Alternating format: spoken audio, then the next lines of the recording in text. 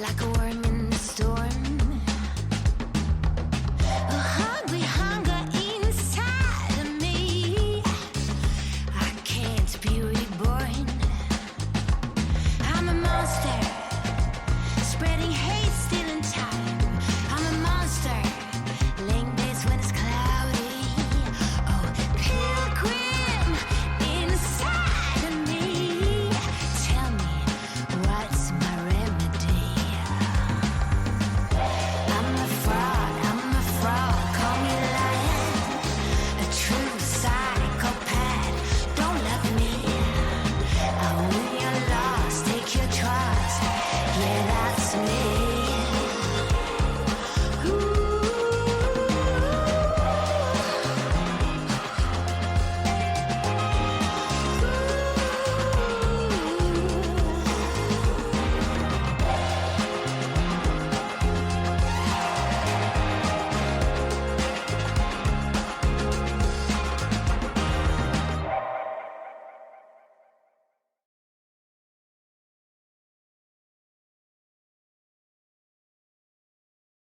Going out to all the upstarts, rabble-rousers, change-makers, and those who are just here for a revolution, you are tuned in to WNLR Neon Lights Roleplay for another episode of The World Within You, our bass-boosted, spray-paint-splattered take on Boyd Heart Symphony by Minerva McJanda.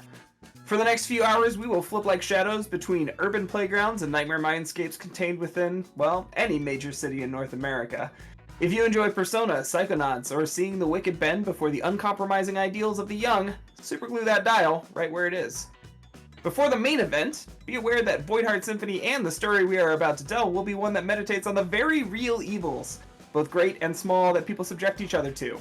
While our players have safety tools in place and a mic in the booth, if you're catching our show over the airwaves, time that we might touch on some difficult topics. Listener discretion is advised. If you ever feel uncomfortable, you can always cut the feed and jam to something that soothes your soul, hopefully rejoining us and our renegades later. For this episode in specific, we may cover policing underage people, police violence, gentrification and redlining, homelessness, misogyny, racism, and police response to protests. Now, I have prattled on for long enough, and we have a digital studio absolutely bursting with talent, so let's have our team introduce themselves and each answer the question, what is something that your character can no longer tolerate? Let's start with Tate. Hello Twitch and hello Internet. My name's Tate Washburn, and today I am playing Jordan Karsten the Harlequin, who is still kind of having a rough time. Doesn't have any conditions, but I think it's going to be as part of the answer to this is what he can no longer tolerate is also like he is a step away from overflowing with void, and I think that's made him, I don't know, belligerent is maybe the right word. He's not caring about his safety nearly as much, and the thing he will no longer tolerate is not letting himself act. He's brimming with this power, and he's so used to like always holding things in and always holding things back and trying to act normal. He's just kind of done with it. This is my warning that it's going to be Chaos Gremlin hours, I guess. Oh yeah. Let's do something real weird and flip all the way over to Michelle. Oh, hello. Hi, I am Michelle, and yeah, it's interesting. I guess I'm playing Sushi today. Our cat, our actual physical cat. By the way, Sushi's pronouns are she, her today, so don't forget that and respect those pronouns. As for what she's through with accepting, she's also very full up on the void. And I think what she's done with accepting is just straight up their own inadequacy in understanding human behavior. Specifically, why do humans keep hurting each other for reasons that don't make any freaking sense? Sorry, Sushi's a little frustrated with that. Yeah, fair enough. Let's pass it to the audience's right and go to Milan. Hey, hey, hey, my name is Milan, also not known as Mallard on the internet, but now going by Tailfeather, which I will be updating slowly across all of my platforms. But Is that with an I or with an LE? With an LE, it's a pun! It's the quill, which is the tail feather, because you write with it. Anyway, but we'll worry about that later. Both my pronouns and my character's pronouns are they, them, because there are no gods, no masters, no genders here, in this studio. And I will be playing Jovan, the heretic, also the magician, as the arcana of choice. And to answer the question of what they're no longer going to be tolerating, they're no longer going to tolerate that urge for perfectionism. What they need to, things need to change and progress needs to happen, and it doesn't have to be ideal as long as it is steps forward. Oh yeah. All right, and finally, last member of our cast yet to be introduced, Leona Maple.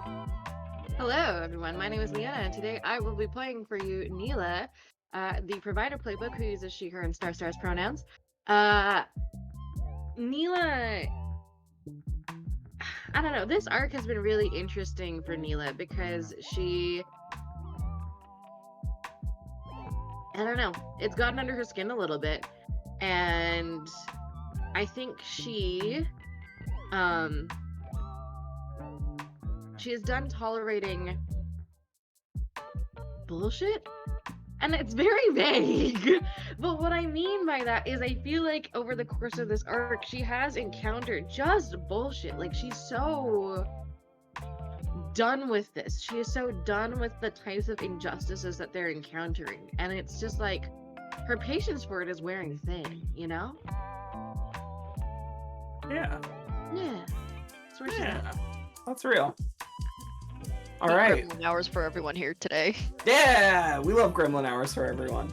I'm Head Gremlin. My name is Legendary Vermin. You can Amen. find me all over the internet. Wrangler. Also, hiding under a couch, knocking over your garbage can and stealing all of your best garbage. I am the Legendary Vermin, and I'm your game maestro this evening. I think with that, yeah, without further ado, sit back and relax as we take you to the world within you.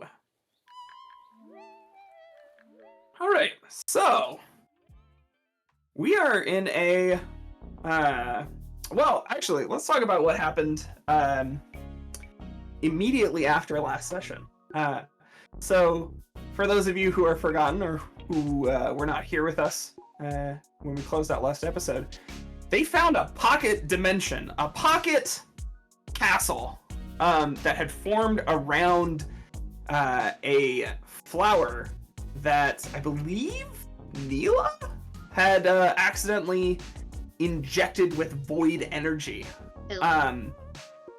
And that flower had grown to become kind of a psychic monstrosity that was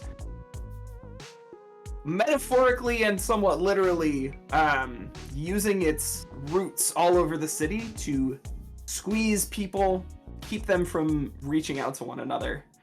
And after diving into the castle, breaking it and returning, barely getting out in time before the pocket dimension collapsed, our heroes find themselves back in their height. I believe you went straight back into your hideout, right?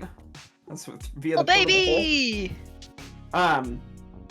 Perhaps you've taken a moment to step outside and assess things, but as you do, any of you who reach through the void to try and sense things beyond perception would find that those images of roots wrapped around people across the city have begun to dissolve, and people are more trusting and more ready to be not only joyful for one another, but angry on one another's behalf as well. With that was the final action of your last set during the previous day as the game calls it, or week, as I like to think of it. It's the pace our game goes. And so we have ticked over our clock, which means that there is one and only one clock segment separating you all from an increased hunt on the vassal's part as they look for you all. Tread carefully. There are things that you can do to accelerate that clock, and you don't want me to tick that clock, because you'll start taking damage. All right. With that said, it's time for some action in the city. Does anybody know what they would like to do this round? Well, I do, but I go first so often. Yeah, Michelle, you go before me. Well, Wait. Michelle, what's up? all right. What does Sushi Yo. get up to? Sushi is. So Sushi is going to let go. Okay. And I. Tell me if this sparks some joy to you, because I feel like this might be a little weird. But what let go lets you do is you can either choose to lose a rank of world or lose a rank of void, and but void is when you could use your power and authority but give it to someone else instead, you lose a rank of void affinity to heal a condition. I don't have a condition. Sushi does not, but I think Sushi is feeling concerned for Vandy and has tracked down old Bobo. An old Bobo. And is going to and I think what this looks like is so Sushi has a shadow move called Ghost Eater, which is basically like so Sushi can basically consume minions and gain elements of their castle form. I think Sushi, instead of using this ability to vent or anything, is going to lend this ability to Danny / Bobo / I think Sushi's just gonna call Danny Bobo. Yeah. She's Bobo now. Just Bobo. Yeah. And I think Sushi's gonna do so with the intention of just like, hey you! Yeah, you with the smell of alcohol. Can you The bar smell. Yeah, the bar You smell. who smells of cigars and rich leather and whiskey. Yeah. And it's like, can we go see Vandy now? And she's just gonna sit at his on his toes and just I'm sure it sounds like to regular people like a lot of angry meowing. I think okay. So we're doing Persona 5 rules on Sushi being able to talk, which is specifically only people who have seen you talk in a castle know that you can talk and hear your meows as talking. I like it. So, what I think that means is we get a montage here.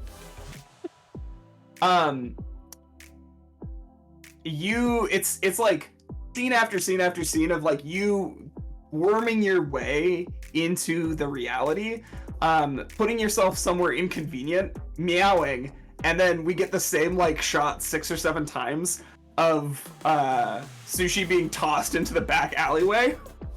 And each time has clearly advanced a little bit. Maybe it takes a couple of days even for this whole thing to play out the way that you want.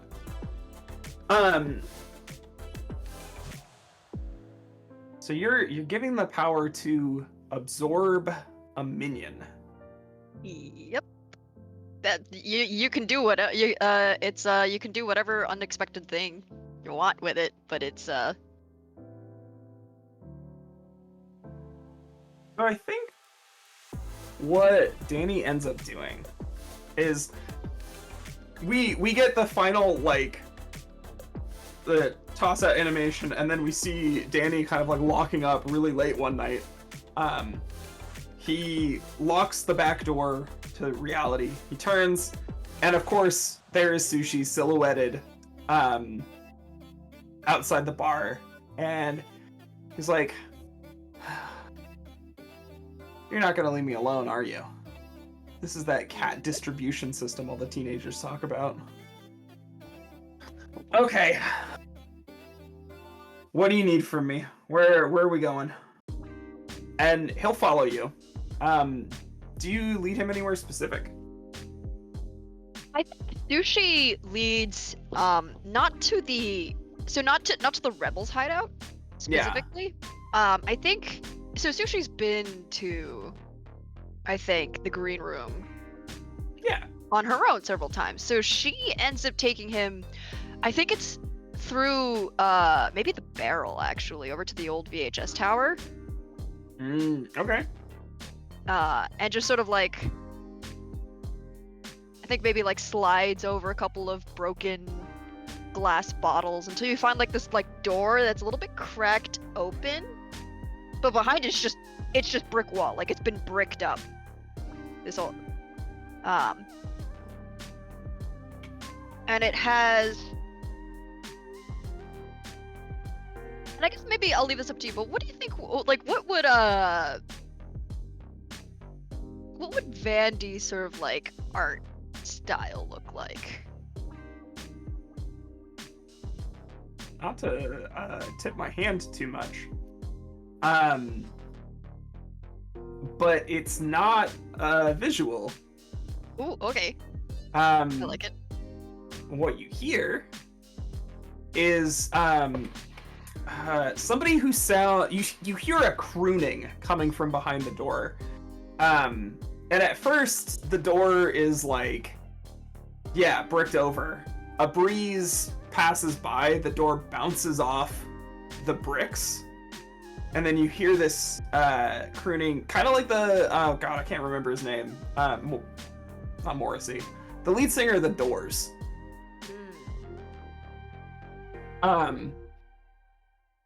He's got. They called the windows here. No, it's I think like Sushi like pauses in front of the doorway with like a little bit of a bit of a guilty look on her face because she's like, oh shoot, I was supposed to come here with Scott. Oh well. It like sort of like shrugs her shoulders a little bit and then like keeps going anyways. And I think what Jim Morrison, thank you, Dan. Thank you, Dan from Beyond the Pale.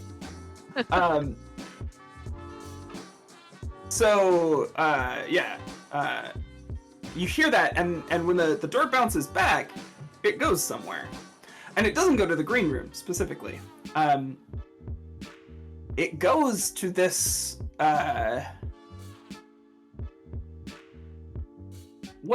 It's a rehearsal space.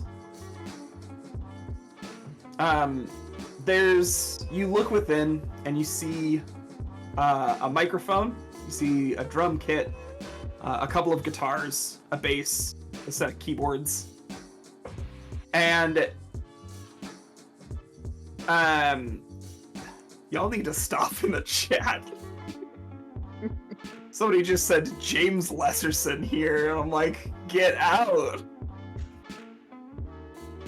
You can't do that, Tate, not on stream. Stop being funny.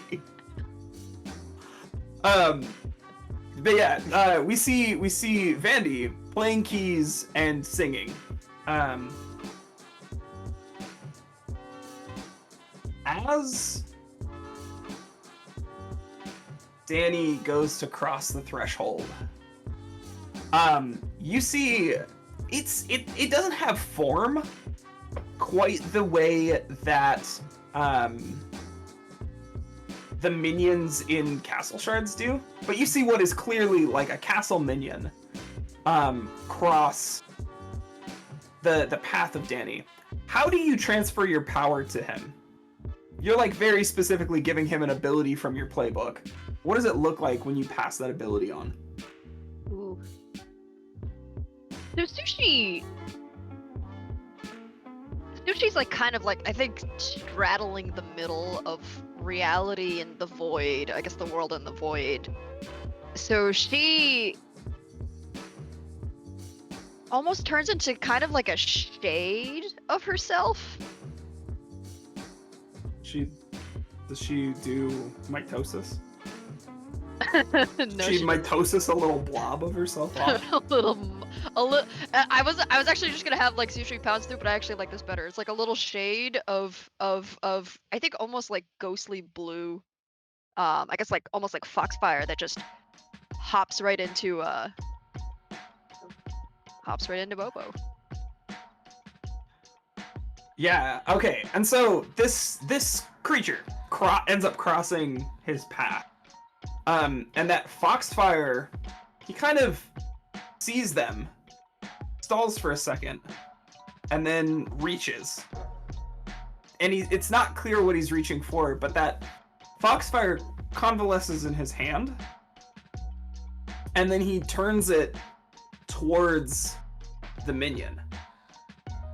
And as he does, it reforms its shape to be first like a friendlier shape. First it's all angles, curves, it's almost like it's made of black glass, but maybe also like slick like oil. But under this influence, it takes on a more neutral tone. It doesn't have the sharp aggressive edges or like that deep beautiful sheen anymore. It kind of looks like a mutt for a second, and then it looks meaningfully into Danny's eyes, and it transforms into a set of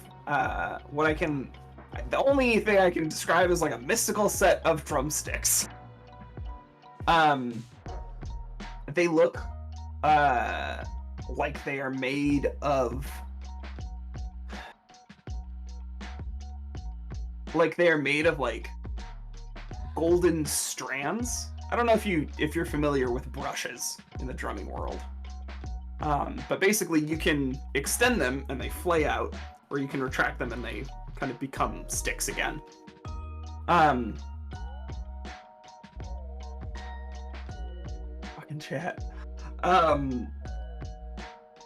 And so these have kind of golden metal strands off the end, and the bases are made of kind of like a rich red leather.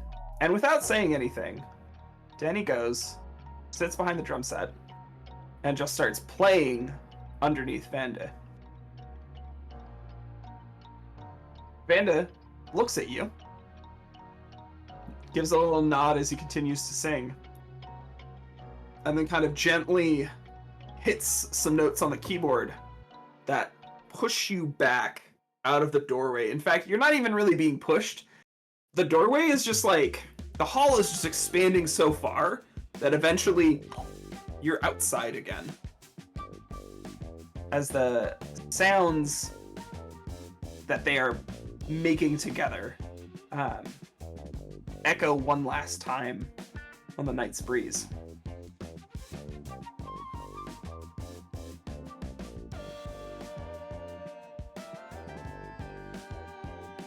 Anything else you want to do? I think Sushi's going to like send a very, very apologetic text message over to Scott. Be like, so I know you were supposed to take Bobo to meet Bandy, but and like I think like Sushi like like maybe like half second like pause up, like took a very quick picture of like the drum set with like everything in frame, like as like the like as the hallways was expanding, so it looks like. I think if you tried to take a picture, like taking pictures of stuff in that in-between space doesn't work the way that you would expect.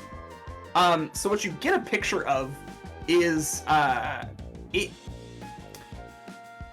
Have you ever had a broken cell phone camera? And like the colors are all wrong? And it looks kind of oily and slick sometimes. Yeah. And it looks like there's like a crack through the middle of the photo sometimes. Yeah. the phone's fine. But it on one half of the photo you see that brick wall that you were talking about, and on the other half you see what looks like just a normal photo of a room with two old dudes playing in a band. Sushi like looks the picture, like paw on a confused like forehead, going. Looks down, up, presses send, and it's just paw on hand, like. This is what a The headache two old feels guys are like. clearly Danny and Vanda, right? I don't Not think really. I don't Like, Is my dad in Oh, okay. this? Like, I'm expecting my father No. to turn up at some I point. mean, your dad didn't get taken to a mysterious back alley and ushered through a portal. It's just the two of them. I mean, we did see Viola's dad transform, so she's kind of like, anything's possible. Yeah, did you see that? Is that what you saw? He didn't Also, I think transform. So, He just think so. he just had a real Also- strong vibe when you did Shadow Sight. Yeah. sus. I don't know what you mean. Also, who gave Uh-huh. Sushi the phone? Who has a second phone on their like phone plan for Sushi? I kind of want to know. Oh, I feel like definitely Jordan stole gets that. away with it. No, it's Viola's. I'm gonna put this out there. I don't think that there is a phone plan. It just works. I was gonna say. Sushi thinks it's that it should Mila gave her work the in. phone. I like the idea that it's weirder though. I like that too, honestly. Yeah. Sushi thinks that Sushi should have a phone, so she does, and it can text all of you. And if it needs to text somebody else, I guess it can. Also, sometimes when Sushi's feeling left out of sharing memes, it will generate a meme, but it doesn't really make any sense. Oh my god. Oh my god, it's Amazing. generative AI. I love it. No, No, it's not generated It's better. AI. It's the collective subconscious It's a dream generating of a cats. meme. A dream meme. It's a dream meme. We do not support Gen Real- AI on this show. We No, only fuck support hasty photoshops and dream memes. And memes Real that Roger come Rabbit from- hours. Only yeah, do it when it's memes funny. that come from the void and the ether. Let's be very fucking clear. Like, it's the format of a meme, and it has all Yeah. the parts that it should have. But like, you're like, man, this is for a TV show that I imagined in my head one day last summer. Never got made. It was just a passing fancy, but now here's a meme of the show, and it's got my favorite actor in it. I don't understand how this happened. A meme that you imagined while you were like absolutely bonked out on cold medicine one time. You sneeze really hard, and there's just like stars behind your eyes, but like that's the basis for the meme, and then it just says something generic and funny underneath. Incredible. Anyway, dream memes. Fucking incredible. I love I encourage you, if you're on Neon Lights server, please make some dream memes. Do not explain where they came Yes. from, and just put them in things I made. That's your homework tonight. Okay, who's next? Put it in art pairing. Art. I can go, but it's a little bit kind of the same move, even though it's gonna have a bit of the opposite vibe, I think. Well, that's okay. But all right. So, what I think that like Jordan sets out to do this week, because he's feeling overly confident as always that they'll enter the castle and it'll be fine by the end of this week. So instead, he's going to try. He's planning on doing effectively Wolf of the Door, trying to put more work into this sort of mob of internet followers, these willing attack dogs. And he got pretty close, but I think what actually happens is, like, we get a similar scene to the last time where it's this montage of him through his day as he's trying to, like, sort of direct this online following of his. But he kind of, partway through, I think he's, like, walking to lunch or something, just, like, stops and just looks at his phone and thinks for a second. And tell me if this sparks joy. I think he might just delete the account. He's just like, nope, it's not worth it anymore. And he's just going to decide to not care as to who in this like community that's been built up takes control of it. I have a second pitch for what letting go and letting someone else take that authority might look like. So But I are think you this is- are you trying to quell your crisis this way? You said wolf at the door, so I can go either I'm way. trying to figure out Well, what no, so what you're I trying think to he's do. actually letting go. Okay, He's set out to letting wolf go. at the door, but he's actually letting go. And I don't know if Got it. it does both, it does one or the other. Okay. It 'cause it it can't was do both one step for away from being mechanical quelled. reasons. Yeah, it's fair. I mean, fair. I think Jordan thinks it's going to solve the problem. I think he's just, like you said, fed up with it. He's not Okay. going to take this anymore. He's like, So no, I'm not. you are letting go of your authority and giving it to somebody else instead. Yeah. Okay. So lose that rank of void, heal a condition. Yeah. I think Uh, for now, what do I happens? lose a rank? Do I lose all the marks too? Or I think it's just is the it rank. just the rank and I keep all 5 marks? Okay, just checking. Well, if you would have, how many marks does it take to rank up? 6? 6, and I have 5. Yeah, I think you keep. I think you keep all 5. I was Alright. one away from overflowing. Anyways. Yeah. I think what ends up happening is, for a hot minute, there's just kind of chaos. At first, nobody is really willing. Well, several things happen. Because it's the internet, immediately there's a conspiracy theory. Because your account is just gone. It sounds like you like deleted the account, not Yeah, just like. So a bunch of people are like, what did the moderators go after him? What's going on here? There's briefly like this witch hunt. And If Jordan deletes the app even, he's completely unaware of this. Unless Yeah, someone yeah. like else reaches out. I'm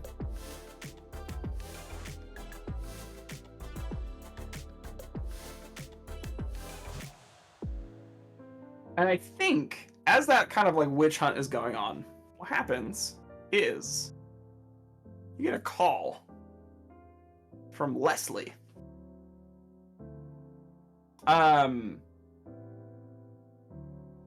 Who is the Chariot Arcana.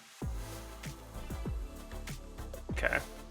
And Leslie calls you and is like, "Hey, is everything okay?" Sorry, you didn't have the app anymore. You logged off. You deleted your account on Y, and people are freaking out. I just wanted to make sure that everything was okay. You're not thinking about hurting yourself, are you? I think up until that point in the conversation, Jordan, like, how long do you think this took? Maybe a few hours? Is it after school? Is it still during lunch? Let's say it's been like 8 hours. Yeah. So I think Like, this is like late This is in like the after afternoon. you delete it at the beginning of the day. This is end of the day, after Yeah. sports practice or something. Yeah. He up until that point of the conversation, he's just lounging, he's working on something else. I think he's picked up some knitting needles and he's trying to make a scarf. Because he just has every single possible hobby. But he says, you was just gonna let Leslie talk, and then said, you hurt yourself. It's like, no,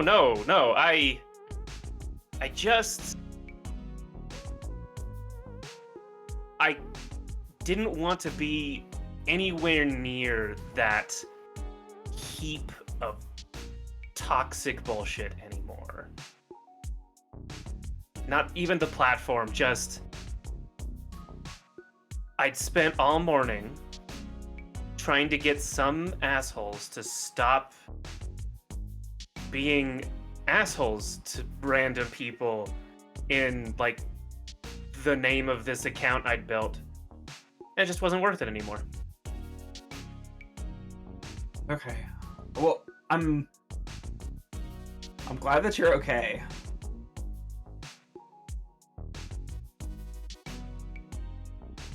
Look, I know it's none of my business, but you need to have a little more spine than that. You can't just walk away from something like that, because now those people are being assholes to everyone and doing a witch hunt for somebody that doesn't exist. They think you got reported by some other account, and they're doing shit. Now, you don't have to do it by yourself. If there's some other account that you trust, or somebody else with an online presence, go to them. But look, I'm glad you're okay. I'm glad this wasn't the prelude to something worse. I was worried about you, but now I'm just pissed off. Sorry. Hanks up.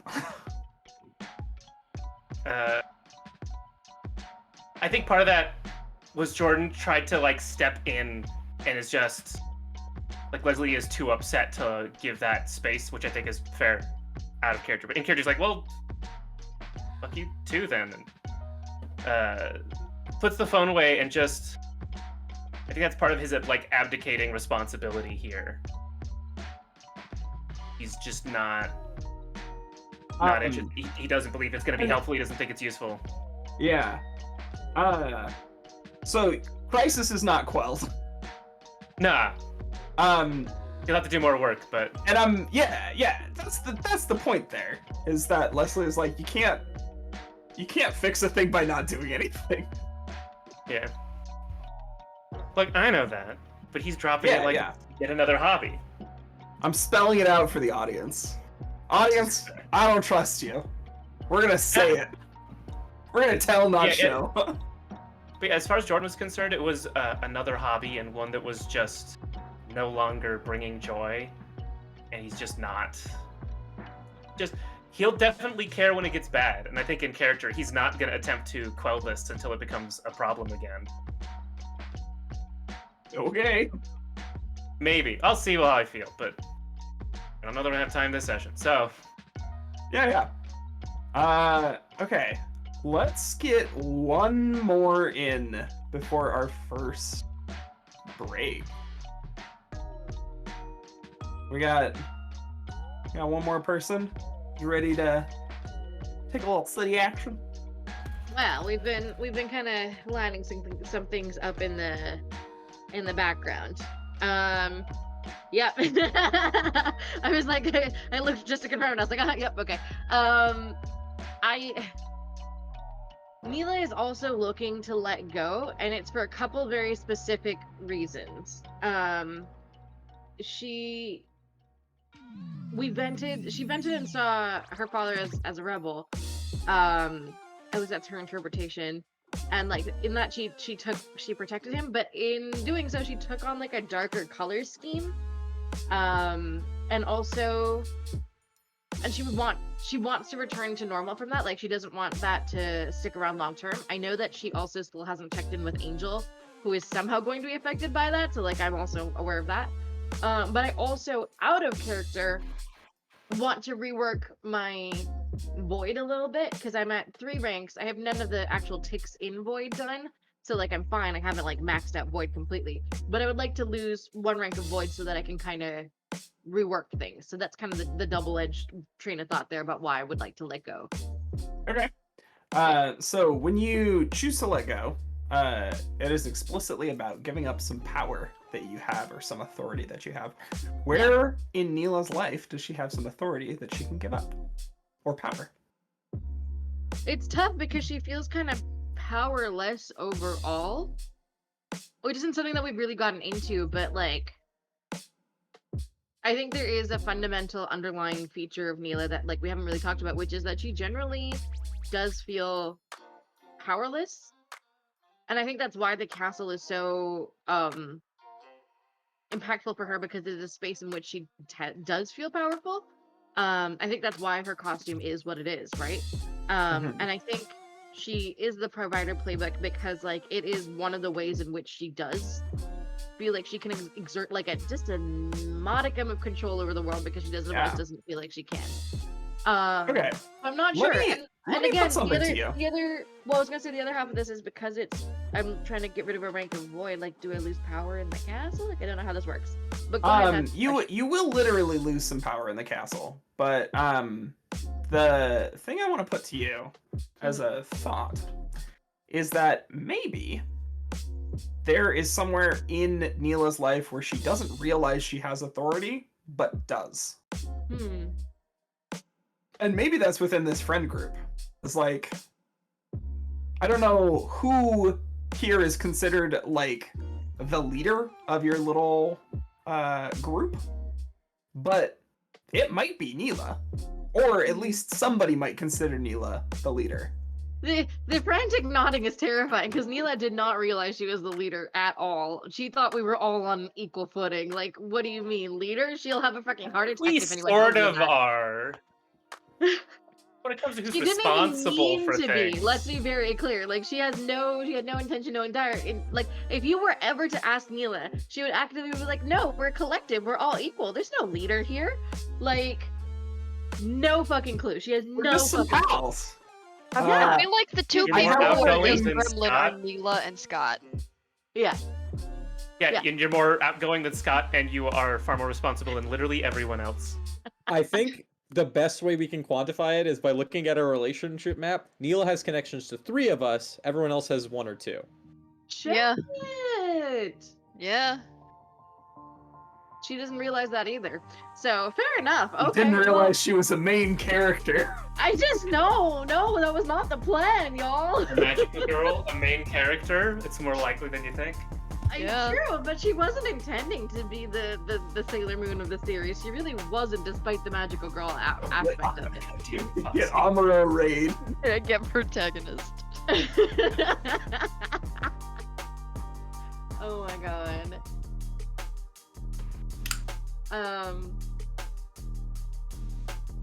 Yeah. So, where were we? what- Sorry. Okay. So then maybe let me turn this question around to the rest of the group.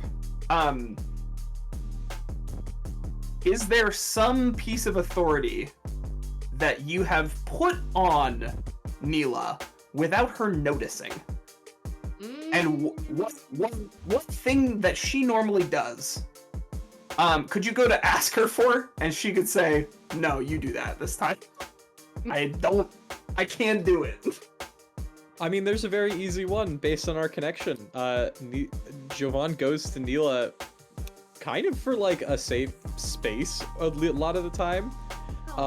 That's their gardening hangouts, which we haven't seen on camera that often, but like that's like their bonding moment, and Jovan values that extremely highly. Okay. So what might it look like?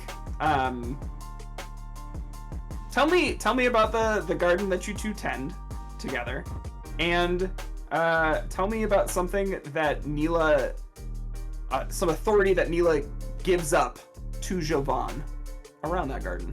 I think in terms of space, what would make sense is that if it is extremely adjacent to Neela, or even just like at her house potentially, because Joe wouldn't have the space. And I think that Jovan has always just been helping and hanging out and hasn't really taken on the responsibility of like, oh, these plants are my plants. They're not like they are in their mind. These are still Neela's plants and Neela's garden. Oh, she would have definitely offered some to you at some point. She could be like, "This one can be yours, by the way." You're probably like, "No." Hey, can I put something out there? It's like, okay, let's say it's a rooftop garden because I love the aesthetics of that.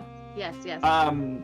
And y'all are tending the beds together, and there's a plant that Jovan comes across, right? That is not doing so hot. And Jovan's like, "Oh shit, this guy needs some help." And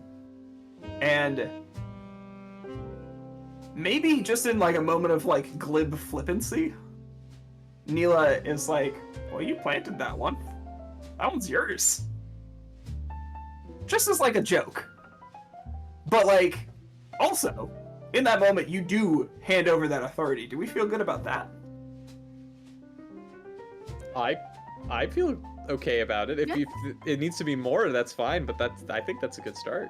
No, just don't want to, like, I'm constructing this situation for both of your characters, and I wanted to feel in character to both of you. No, absolutely. Well, I was almost gonna say like maybe Neela just like didn't show up, like was just like, hey, sorry, I just can't hang out today. But I like that better for almost being like, yeah, but that one's yours. But there's also like an edge of like, she just almost like, she sees it, but like she just can't deal with it right now, so she's kind of putting it on. Yeah, it's some like plant or veggie or something that you did not want necessarily in the garden, or like that you're not gonna eat that. You really don't like hot peppers or something. Planted it there, but I just don't want to deal with it. And I'm just like, well, that one's yours. Maybe you can Google some solutions for that one type of thing. And she kind of you were the one who wanted it there in the first place. You figure it out. Yeah, like something like that, which is not very Neela-like of her, but it's a thing. Yeah. Okay. So that happens. Siobhan, how do you have this authority now over this plant? You have to come to terms with it yourself. What unexpected thing do you do with that authority? I think, if it's safe to do so, Siobhan gets a pot and takes the plant home. Yes! I think there's always this expectation of, oh, this is the space we do gardening. And it's like, no, you know what? I'm going to take this back with me. I'm going to plant it in front of my house so that I don't have to bike 30 minutes to get here and water it every day. I love that. That's so good. Oh, yeah, and maybe, like, it's a colder month. Maybe it's just that it needs to be closer to a heat source. Actually, I'll pitch this, in fact. Maybe after the period of time where it recovers, Siobhan takes it to the new community center that's being built at the old high school and starts a garden there. I love it. Fire. I love it. I love it. Well, now is as good a time as any, since we had a fine member of our crew disappear. Let's take our first break, and we'll be back so shortly. BRB.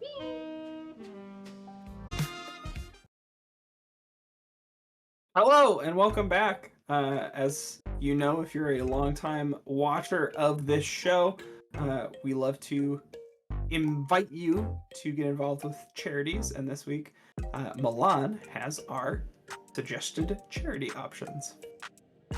Hello everyone. Tonight I'm going to be speaking about we're not supporting one specific charity tonight. Instead, the chat command is going to link you to a tool that you can use to find a local nonprofit in your area. And it's the holiday season. It's a pretty of a spare time for everyone going around. The weather's getting colder. A lot of people, money is getting tighter. So we recommend you find something local to you because local action is incredibly important. So that's why we're calling upon all of you tonight to support if you can, of course. In fact, if some suggestions, finding a food bank or a homeless shelter or offering support to our unhoused and population is a wonderful thing that you can do. I'd recommend personally calling or finding information on their website and seeing if they have, because oftentimes, at least in my area, I've seen they'll put up lists of things they need, things that are in high demand and that are wanted. Like clothing goes a long way, particularly as I'm aware of, and some people in our call have told me socks are a big one. So please, if you can, try and do some local good. That's what we're calling upon for this week. Yes. Any aid that you can give to, particularly to unhoused communities in our area, or your area, excuse me. We don't all live in the same place. Anything that you can do is quite literally life-saving. It makes a huge difference for the people that you donate to. So thank you again. And we are going to head back in. All right. That's the same song. Try that again. We'll just delete this little bit out of the VOD. No, we won't. We'll fix it in post. There we go. Okay, so we've had 3 people go. We got 1 person who has not gone yet. Milan, are you ready to tell us what Jovan is up to, or do you need another minute? I think I'm good to go to just kick things off, because it's a little bit more of an involved thing. Javon's active. Javon's got the crisis on lock, at least in their mind. No conditions. Good to go. Ready to get stuff done. Take it away, champ. What are you up to? So, as Javon's been working towards for the last couple of weeks, they've been writing and compiling an article that they want to publish both in their school paper and also get some eyes on it in some local other papers if possible. Last time, well, 2 times ago with Scott, we met 1 person, and hopefully I'd like to, over the course of this action, get some more testimonials now that the flower is out of the way. And then also having cleared the blockage that was making Petra's life difficult, for a little bit of extra assistance on this project. Yeah. Okay. So let's do a little montage of city moves. Is that all right by you? Absolutely.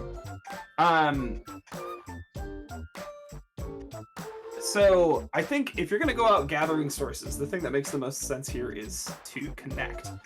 And you already have people that you were trying to reach out to.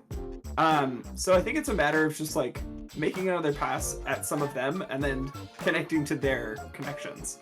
Oh god, what was the name of the character that say again?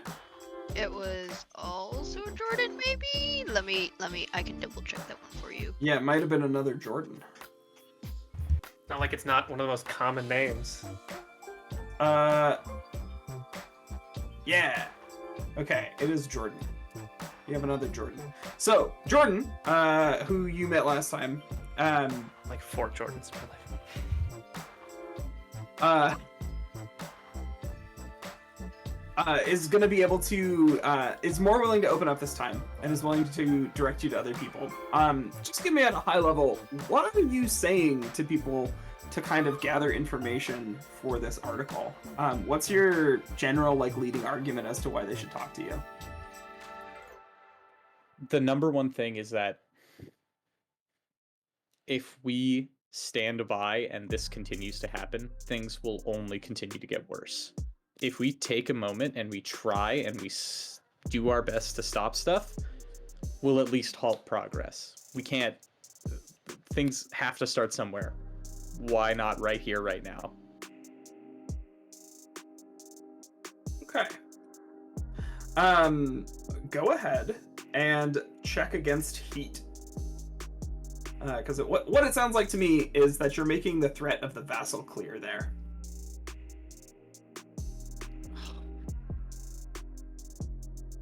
That's a 0. Although, wait, hold on. It's a miss, not a 0. But I was 1 under. Oof. Okay. I'm gonna say, How are we handling +1s here? Has that not happened? you know, we've never talked about it, is the truth. What is your thought? I just don't know if adding a whole 1 is just +1 is a little too powerful in the system. I think you could add it to one of the dice. It would be very, very powerful. Maybe you need to add several +1s. What's our donation options? Oh, we don't actually have a thing. Oh, were they We don't off? Are they broken? Oh no. We deleted them because we play It's so on here. few 5e base games. No, it's fine. I was just checking to see if we had any. Just because 1 below is sad. It's just tragic. Anyways, Okay. You do get some people to talk to you, but it's all on condition of anonymity, and it's really hard to convince people because you're a high school student. But you get enough progress that you get the article together in a form that is strong enough to make a statement.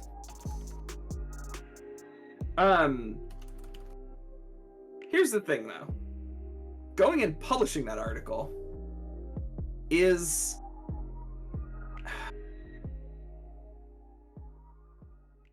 it's a bit of a risk. Your name is going to be on it. And even if it's just a school paper, if it picks up any traction, Adam Cook himself is going to know about it. Because of that, rather, I would like you to make a stand.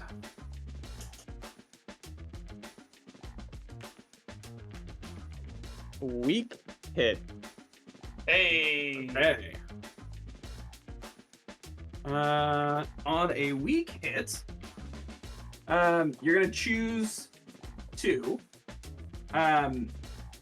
They don't cause you immediate problems. Your words shake them. They spend some time focused only on you. On a weak hit, it gets personal, mark a condition. I'm gonna choose the first 2. Okay, so they are going to spend some time focused only on you. And I'm gonna go ahead and mark my condition as overwhelmed a little bit. No, actually, Wait, I thought it was he picked the first 2, so those are the 2 that happened? yeah, but he still marks a condition. It's a weak Oh, hit. yeah. no, yeah, overwhelmed. Oh, your words... Oh, sorry. Your words shake them, and they don't cause you immediate problems. So they won't spend some time focused only on you. That's what it is. I got that backwards. My bad.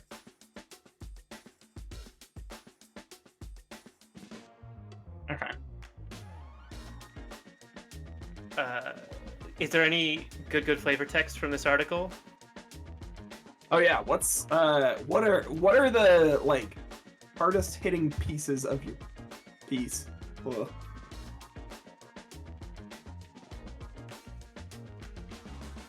I think in particular, there is just immediate allusion to Big Brother and the concept of government surveillance as being inherently a fundamental trampling of liberty. Maybe even that verbatim. Seems pretty good. Cool. Is there anything in particular that you think would stick in Adam Crook's craw on a personal level? Because it does say it gets personal. I think, in a bit of maybe not in the article itself, but I do write an opinion piece on the side that does maybe even slanderously call him a wannabe cowboy, perhaps, and calling his program the ineffectual muling of a craven bureaucrat. Perfect.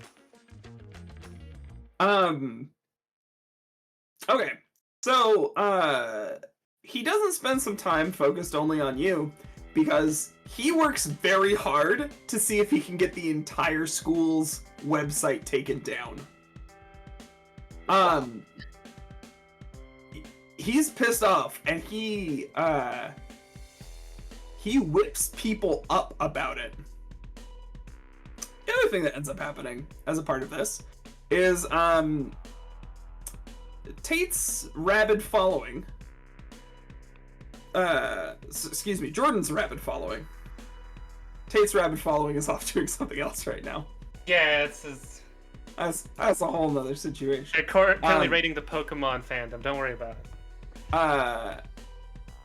Jordan's rabid following kind of hooks onto this, and is not really making your life easier. Because while they're on your side, they are very, they are not even mildly concerned about the repercussions of acting like attack dogs on your behalf.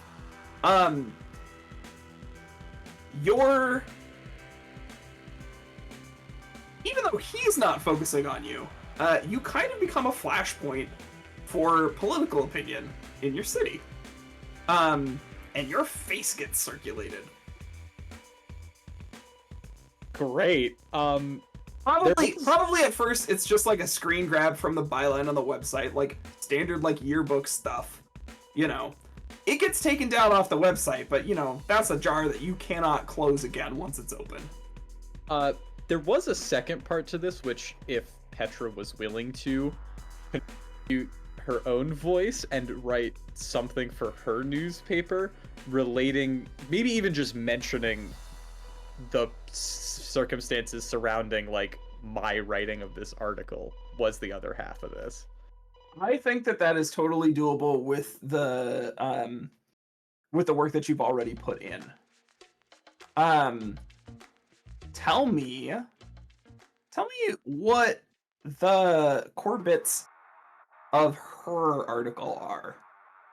How is it different from yours, and how does it move the needle even further on galvanizing support behind you and behind our good friend Kosuke?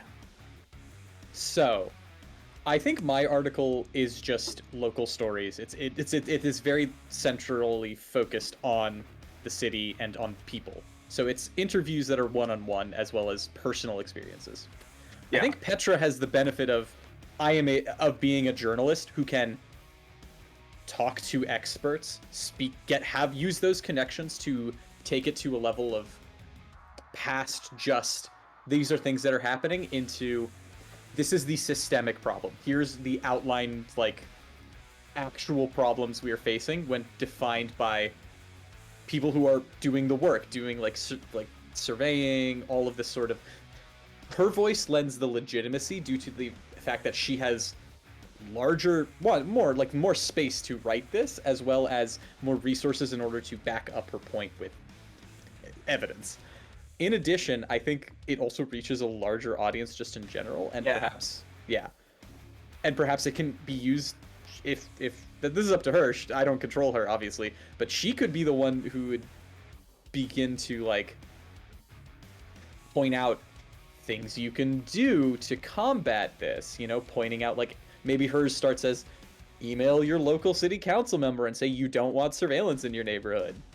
So does remind me, does she work for like a paper, a blog, or the thing in between that I affectionately refer to as a shit rag?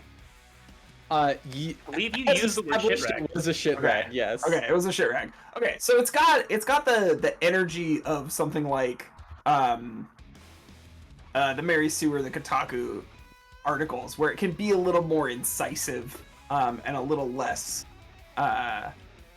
NPR about it.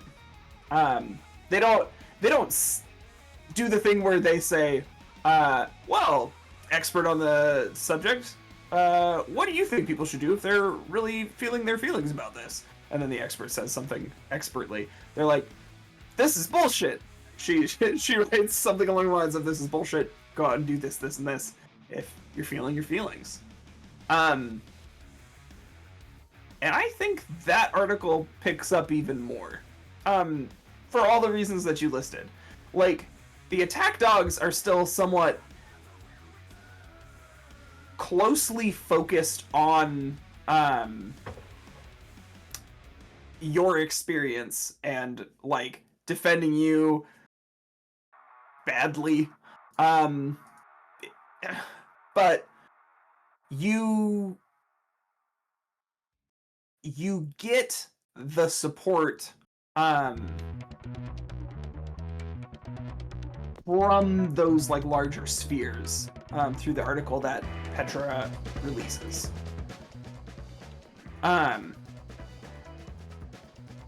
Yeah, everybody's just bobbing along. Is there anything else that you want? I think for dots that we're ticking here, we absolutely have organized resistance to the vassal among the city's people. I think specifically, you maybe even make a connection between Kosuke and Petra. Like, you introduce them. Because you've met both of them. Right, you've met Kosuke. Yes, I went with Yeah. Scott 2 weeks ago. Or 2 sessions ago. That's right. Yeah. Cool. Anything else that you want to make sure that we hit on before we look somewhere else? I think that covers a week's worth of actions, or at least the first set of the actions. Yeah. Well, it's like a little bit of work, and then a lot of things just fucking happen. It's little work and a lot of survive. I'm curious if, as a consequence, anyone finds my graffiti Instagram account, which is anonymous. I don't post myself on there. I'm gonna say not at this moment, but that's a good reminder. It's so the feeling wiki so weird technocrat, man. explicitly says what your consequences are, so I'm not inclined to expand them any further. But I suppose you did miss with your connect.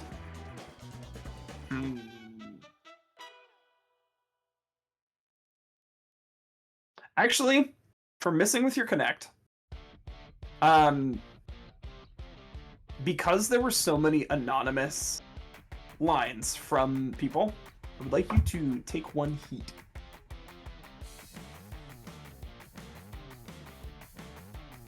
Okay, sounds good. I'm at 5, because I'm at 4 ticks and 1 black mark. Okay. You might want to do something about that. At I that don't point, it's almost know. better to take another heat so that they go away and you only have the black mark. Well, I'd have 2 black marks. You'd have 2 Maybe black it's marks. black marks. Yeah, but then only 2 and no more ticks, right? It goes. No, he would then get a 3rd black mark. I must. Yes. You explained to me You after. would, you'd increase the number of black marks that there are, and having black marks is bad because they're very hard to get rid of. Yeah, no, Anyways. But maybe you can't get rid of them. I don't think you can get rid of black marks. Rivers, No, the river thing. Nothing reverses the black mark, as far as Oh. I'm aware.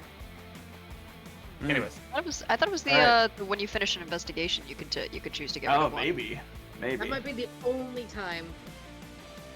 Because at the Okay. end of the session, we can refresh against to get rid of the X's, but we can't get rid of. we have. So it might be like at the very end of an arc, but like that might be the only time.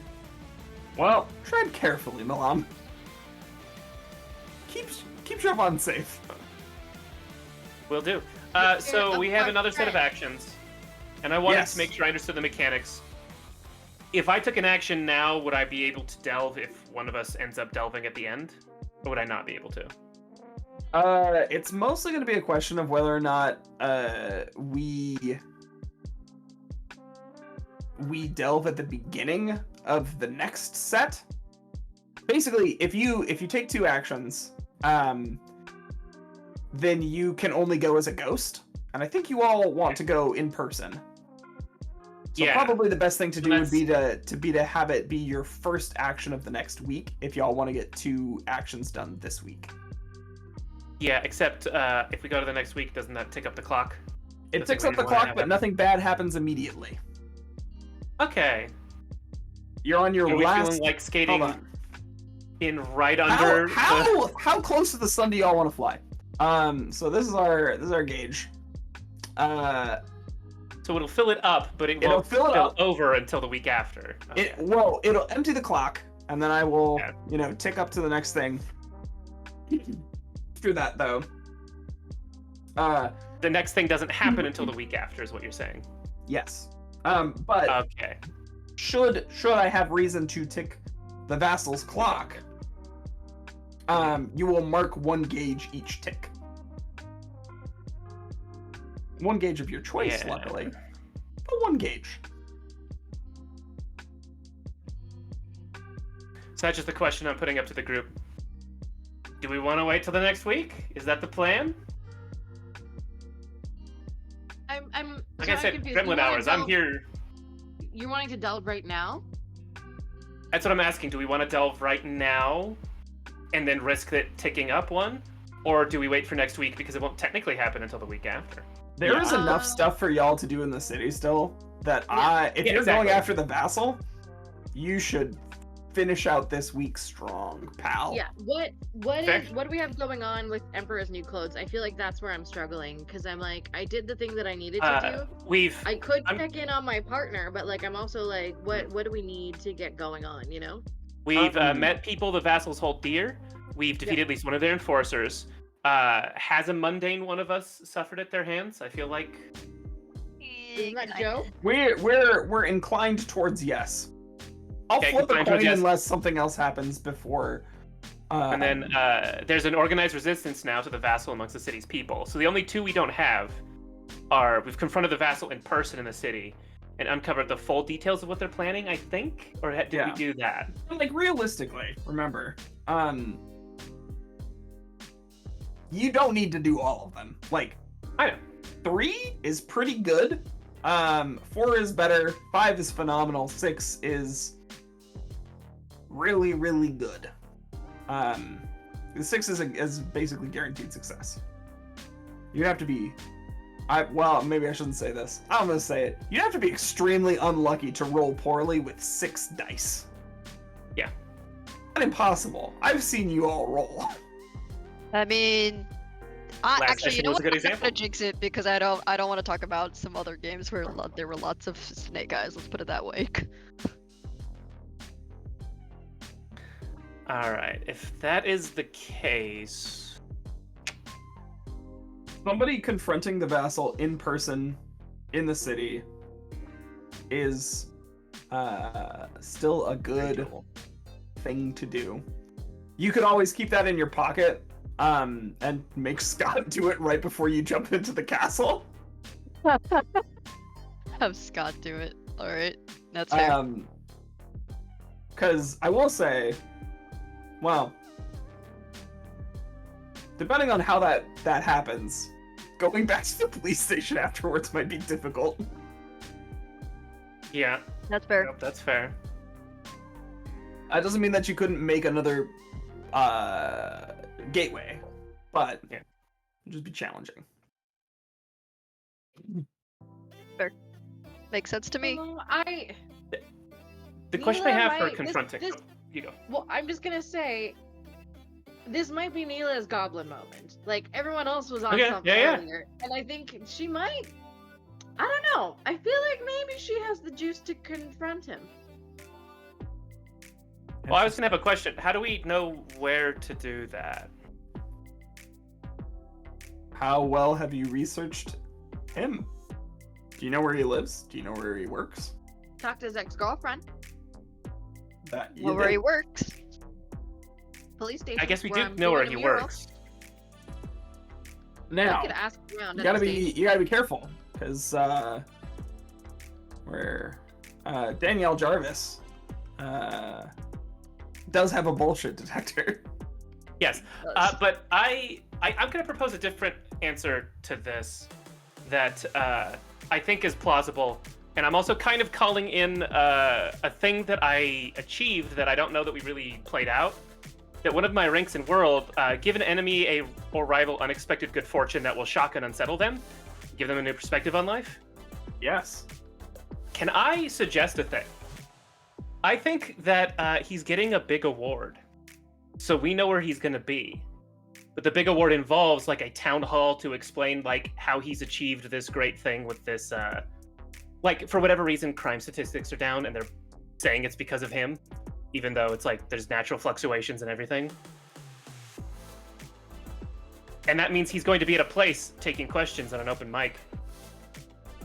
If we can just get in. I'm into that. Because then, yes, Jordan will 100% help you. Table into that? I mean, Yes or no? I'm cool I with would that. yeah.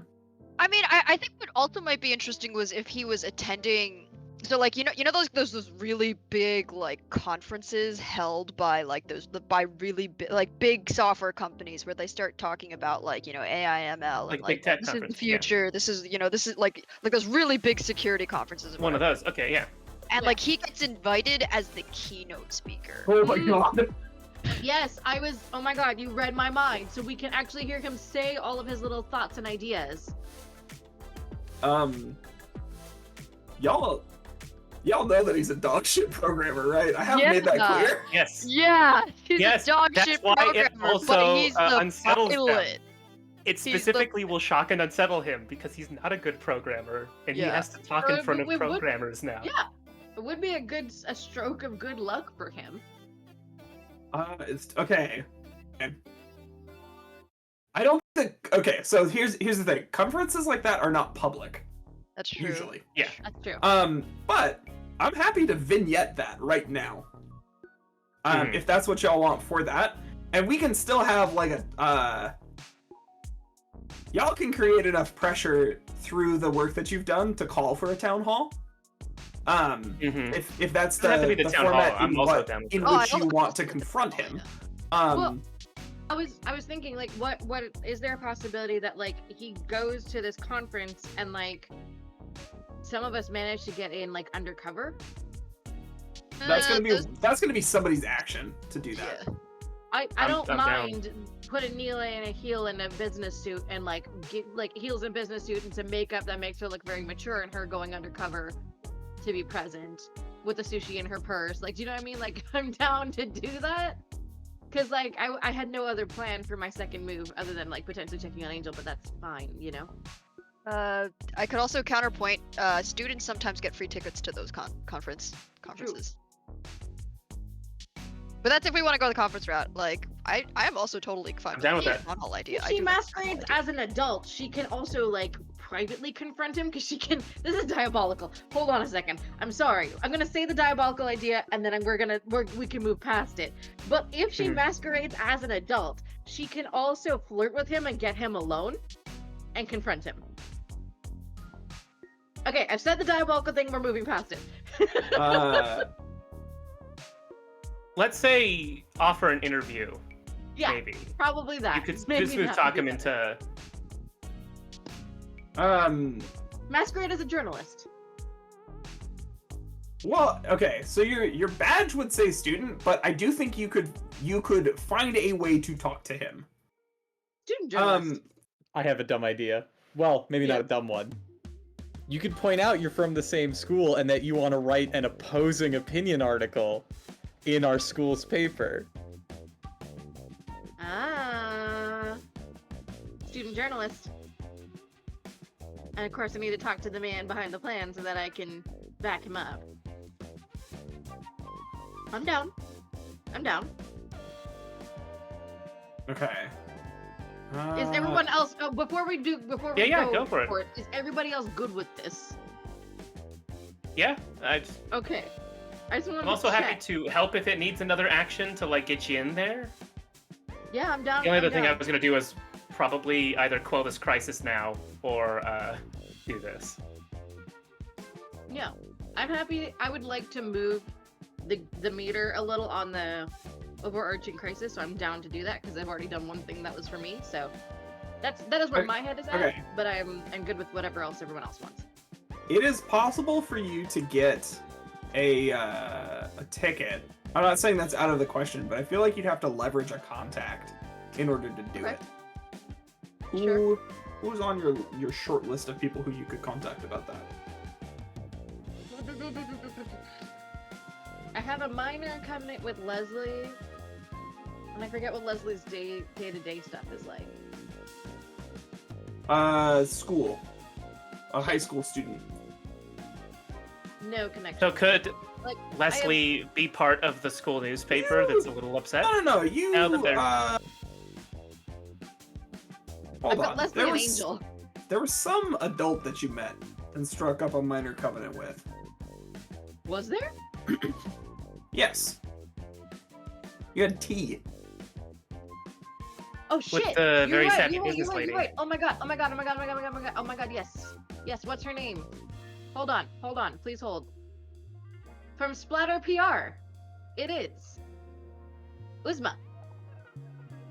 Water PR. Yes. Okay, Uzma. Yeah. Yes. I feel like Uzma would be there as Okay. a PR person. Okay. Yeah. Okay, let's set the scene a little bit then. There is a big tech conference, and it's held annually at. Oh man, it's held in a part of the. So there is a convention center in Etteridge City, and that is not where it's held because tech companies love to disrupt things. In this case, they're disrupting people's lives. It ends up getting held in a marina, in one of the marinas, and sorry, the keynote presentation is in like one of these big, day setup tents. The lights are all on our guy. You are maybe like somewhere in the middle of the packs. You have decent seats with a clear view to him.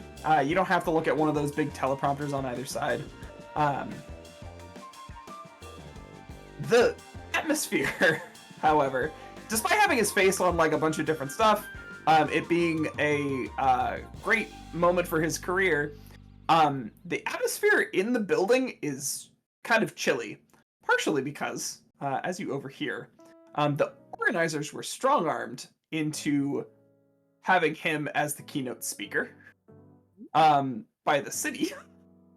Oh. Which, like, they are leasing the spaces involved to the tech conference, so it's not exactly out of the question, but also how fucked up of you. So the organizers are kind of pissed off, and then it seems like things are going well at first. But as the keynote starts to kind of ramp up, you watch as throughout the room, more and more people stand and just fucking leave. He's the keynote speaker, but, and I'm not gonna try and reproduce tech talk or like AI model nonsense. It becomes really obvious that this guy keeps saying small things that like undermine his credibility. And what starts as a very full house for the keynote ends up with maybe a third of the audience by the time he's done talking. It is disastrous, and you watch him continually sweat up on that stage as he fails again and again to kind of win people back to his side about the future of tech and the future of like machine learning and artificially intelligent crime prediction. Mm-hmm. After that wraps up, I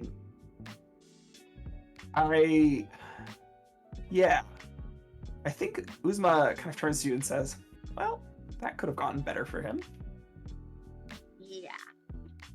I'm gonna say that Neela is in like a blazer, like one of those like business suit type vibes. She's got the dress pants and the matching blazer. Like she looks very like business-like. It's like one of the Sailor Moon moments where she clicks the transformation pen type thing. Like Yeah. she looks very adult and mature, very like polished and put together. It's not quite Neela's vibe. She's usually a little bit more homely than this, but this is like a whole other side of her. Like we've never seen business girly Neela, and it's very like sharp. Like she took pointers from Uzma, like asked for tips, and the whole And her nine colors yards. came back, so it's all bright and colorful again. Exactly. Yeah, she's got pops of color in all the right places. I think Uzma is wearing like an ivory like suit jacket skirt with like a black blouse combo, and then like a God. a big belt in the middle. That's That got. might be a little gay for her. I'm just gonna be honest. I love her so I much. love that her and Neela have opposite color aesthetics for this. Yes, it's just Muted so good. grayscale versus bright poppy color. Yeah, it's not like bleach white. It's like ivory, Yeah. kind of in that like Yeah. cream zone. But yeah, it's A neutral color. it's like a fun opposite vibe thing. But they look like a really fun pair. I also imagine that Uzma is either not taller than you, like literally shorter than you, or like very close in height. Aw, She's just a shorty. She's just a short lady. that's so cute. Well, if you want to try and talk to him, now is probably a pretty good time. He will be looking for any kind of win he can get. Yeah. Does Isma feel like joining with, or is she gonna just let me kind of go off on my own? Oh, I think she has like VIP passes, so she can get like to the VIP area and take you with. So she would go with you, but she'd be as present or distant. Okay. You let me know how involved you want me to be. I'm here to chaperone you, not hover. Yeah. Well, thank you. I kind of want to flash back. How much have I confided in Uzma about this situation is, I think, another question. That's up to you. I think like the fact that she knows you through your mom is points in your favor. Yeah. We I haven't think really she's also just like a very chill person, and like, you know, if you say, hey, I'm kind of interested in going to this conference, she's not like gonna pick at why. Oh, I want to talk to the guy about this AI stuff. Oh yeah, sure, he'll be there. He's the keynote speaker. That sounds great. I mean, I got she's also VIP part of passes. a guerrilla marketing organization, so I feel like she's definitely someone who's like maybe into the fact, like, we haven't really like formed an actual covenant here just yet formally, and we haven't really talked about like what kind of interactions they've been doing behind the scenes. But I do think like, I think Neela would be like, I think she would go as far as like before they actually do it, kind of reveal that like she doesn't trust the keynote speaker, and that's kind of why she's stepping in here, because she wants to know more about what he's got going on, and it's because she's part of like a guerrilla type of movement type thing. I think she'd put it that way, you know? How old is Neela? Well, I mean, high school age, but like 16, I think 17? yeah, like 17, 17, okay. 17, 18. I don't know. What's getting close to graduation ages these days? I don't remember. 17. 17 or 18, yeah. Okay. Okay. These days. I don't They've know. changed the entire school system since I was back in my day. You could graduate at, young whippersnapper. you could graduate at 14 and be happy about it. I blame my partner for his old man schemes, and now I'm turning into that too. Paul, if you see this, It had to be an I love off-stream you. conversation. I want to know about your partner's old man schemes now. Oh my god, I will Old tell you man off stream. schemes. I like, one of his identifiers is just old. He's not that old. We fight about this every Thursday on our streams because I'm constantly He's yelling at him that he's not old. old. But like, he's not is old. a state of mind. Old is a state of mind. He embraces You're only that as state old of mind. as And you I'm like, feel. he's not old. I will die on this hill. Like, I constantly yell about it. And every Thursday on stream, they all make fun of me because they make old jokes about Paul, and I'm the one that gets upset. It's very funny. It's a great time. I'm just gonna be real. Anyways, I'll send clips of that to the chat later. But the point being, sorry, refocus. We're back. Okay, so you've kind of told her, like, I don't know about this guy. I kind of want to see what he's like face to face. And I think Uzma's like, look, I'm here as backup. I'll be in the VIP area because I'm not supposed to leave you alone. But I can make myself busy with the champagne if that's what you want. Yeah, just keep an eye on me in case things go south, because yeah, I've never met the guy. I don't trust a vibe until I meet a person and know their vibe, but like, cop dude, just be cautious, yeah? You got it. Thanks, And Charles. she does like immediately just head over to the champagne and sandwiches. Beautiful. Yep. Okay. And I will Adam approach... Cook. Adam Cook. Let's set the scene. Adam Cook is having the saddest fucking sandwich of his life. He has got what's the worst fizzy water? It is Something- peach LaCroix, in my opinion, Oh, because shit, it yeah. has been bottled within the presence of the thought of a peach. The guy who canned it thought really hard about peaches. That was about it. We can't call it LaCroix, so it's LaCroix. oh god. What's a good river? Le Rhine? The Danube. Yeah, it's Danube. Danube fizzy water. Danube. God. It's not pronounced correctly. It's Danube. Specifically. Danube? Or is it? Do some people think they're pronouncing it correctly when they say Danube? Oh, I mean, my it's- God. Just like LaCroix, LaCroix,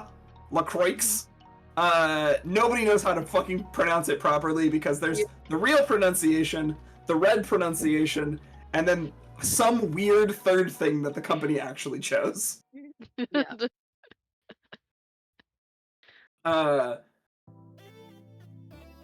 Anyway, he's having the saddest sandwich of his life. He's drinking a peach Danube, and has like a ham sandwich where he's pulled out the tomatoes and the cukes, and has fall out an accident. barely just like put the sandwich back together and is having what looks like his third midlife crisis this minute at the table. Doesn't even notice you as you approach, just in his own world. Richard, how long have you been lurking for? I'm so alarmed. Okay. Anyways, she straightens herself up. She kind of does her best fake it till you make it type impression, and she like, you know that like power walk, like those very like those powerful women that like super straight, pin straight posture, power walks at him. And she goes, Adam Cook?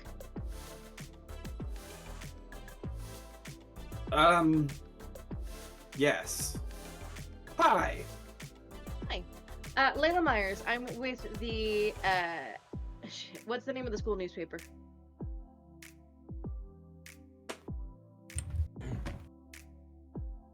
The Nobody's ready word. decided this. Hold I'm on. excited. The I feel ready like there's a name. word. I don't know. What was the actually we don't have a mascot for our school, but it would be probably something akin to that. Okay, fuck it. Worm. She holds out her hand. She goes, "Hi, Layla Bird Myers picture. with the insert school name paper." She waits for him to shake it. He, as if in a dream, shakes your hand, as like he's clearly trying to remember something, and then he pulls his hand away. He's like, "Oh no, I don't need this." Well, hold on a second before you go judging me. I know that the paper wrote a really horrible article about you, and I don't agree with it at all. So I was actually here because I wanted to interview you, because I'm hoping to write a rebuttal piece. Would you be interested? Oh.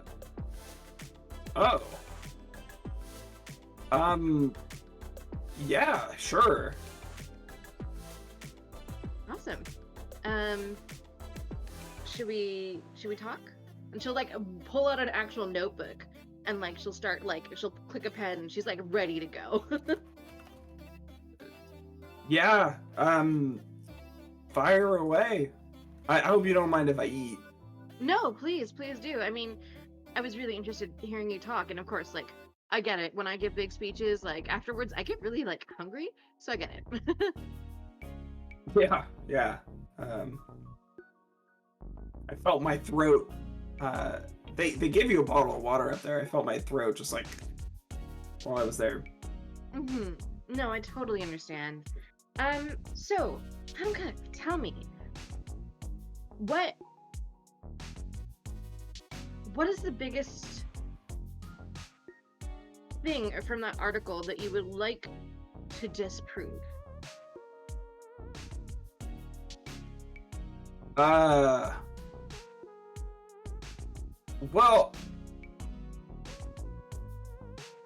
just that, like, our statistics show that, you know, crime is, has decreased in the wake of the implementation of the program, and that was the whole point. And City Hall and the police department are really pleased with our progress, because we're out here stopping criminals and helping the police catch the right guys when they've done bad stuff. Shit, that didn't sound smart at all. I normally work from like a notebook when I go to talk. You give me a second and I'll find a way to say that better. Oh no, it's okay. My job is to make you sound good, so I'll jazz it up if you're good with that. Yeah, just like get that. Yeah. And how much do you believe in that? Like, how much does this motivate you? Oh, well, I've always thought that community safety was important. I feel like I should be able to walk down the street and not feel threatened. Mm-hmm. And what makes you feel threatened? Oh, well, you know, when there's just like, well, I'm sure you've experienced some stuff. There's like, you know, people around like yelling and like talking to themselves and stuff, or like people just like coming up to you and asking for money, and you don't know whether they're, you know, just a guy or whether they're waiting to see what's in your wallet to pull out a gun. Mm-hmm. You just can't know. I see. Okay, yeah. Cool. Oh shit, I had another question out of character and I'm struggling to remember it. Okay, perfect. Thank you. Yeah, totally. All about the street safety. Totally get it. And you firmly believe that better policing solutions are the solution here, and that other initiatives like things that help with mental illness and help with homeless, like those aren't the solution, right? Like, is that the vibe? What do you mean? Well, like you said, the reason why you don't feel safe with, like you just said, when you're walking down the street is because, you know, you don't know if the person that walks up to you is you know, homeless, has a gun, is just wanting some money, is gonna steal from you. But you know, solutions and infrastructure that help take those people off the street, or, you know, help the people that are talking to themselves maybe because they have some sort of mental Well, we are getting them off the street. Right, by putting them in jails, right? Like that to you, that's the ideal solution, and not like other initiatives that like would get them back into the workforce or anything like that, right? She's doing like that white girl, like, you know what I mean, like, right? It's like half working on him, and he's like, That's what you want, right? And he's having Elwood's energy. Like, it's hard. he's having this crisis because he felt like good. things were going well for him in this conversation, and now he's like, does this person actually have my best interests in mind? I'm sorry, what did you say your name was again? And he's going to be like looking towards your badge to see if your name actually matches what you said. She kind of holds her notebook in front of her badge and she goes, Lena Myers. But no, seriously, like, I'm just trying to get a better idea of you because I want to know, That's not... Oh, sorry. Go ahead. Layla Myers is my pen name. I'm so sorry. Like, I should have introduced myself by my real name.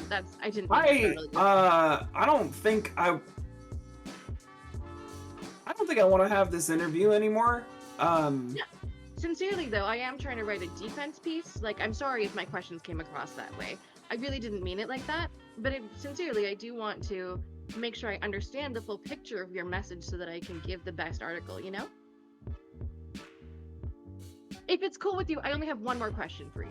And then I can let you go if you're not. Okay. Yeah, go ahead. Thanks. I appreciate it. My last question for you is this. What's next for you, Adam Cook? What's the goal? What's the plan? Well, I think once we have 1.0 out, the police are going to be able to track suspicious activity and much more reliably prosecute crimes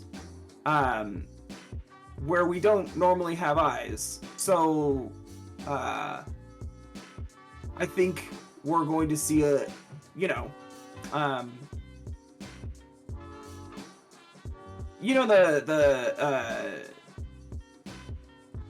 the bridge that runs over 4th Street and how it's always kind of sketchy to like walk on the sidewalk there. I don't think that's going to be an issue anymore. Good. Because they'll have footage of these people, and anyone who's already been an offender is gonna be taken to jail. Is he like thinking about the implications of that because he's not sure if that actually sounds good? He's realizing how bad that sounds when it comes out of his mouth like that. That's so satisfying. No, that's perfect. Wish all bad people had such low charisma. Honestly. No, that's awesome. Thank you so much. That's really, really good stuff. That's really good material. I'm so sorry. I didn't mean to startle you. I didn't mean to, but it's like, thank you so much. I'm excited to write this article. Thank you so much for all this information. Okay. Out of character. Do you want to end it that way? Because if you do, I don't think you've confronted him in person. That's not a confrontation. That's covert. Yeah. If somebody else confronts him, great. That can be. Or you could end it differently and, have a moment here. I am torn between, that's why I even put this in the chat off stream, I was like, am I just getting his plan or am I picking a fight? And I'm not 100% confident on what I agreed on. I think it's one or the other, and in either case, this could qualify. Do you want to dig just deep enough to know his full plan, which would still count towards one of them, because we don't know his full plan? Or do you want to confront him? Here's the thing. He has not thought about a full plan, and that's, I think, an important piece of all of this. Yeah. Is that the most important thing for him was that this was a stepping stone. And he doesn't know what comes after it, because the only thing that matters is the recognition and the accolades. And in this moment, he reveals to you that he has not thought about what step 2 is. Yeah. But step 2, he is realizing, involves homeless camp sweeps across the city where they can prosecute people for sleeping outside based on video evidence, not on or based on whatever the cameras tell them happened, and it could tell them anything. Yeah.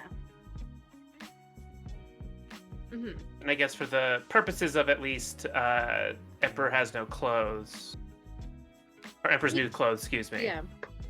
I'm a little hesitant to confront him right here because I have Uzma so close by.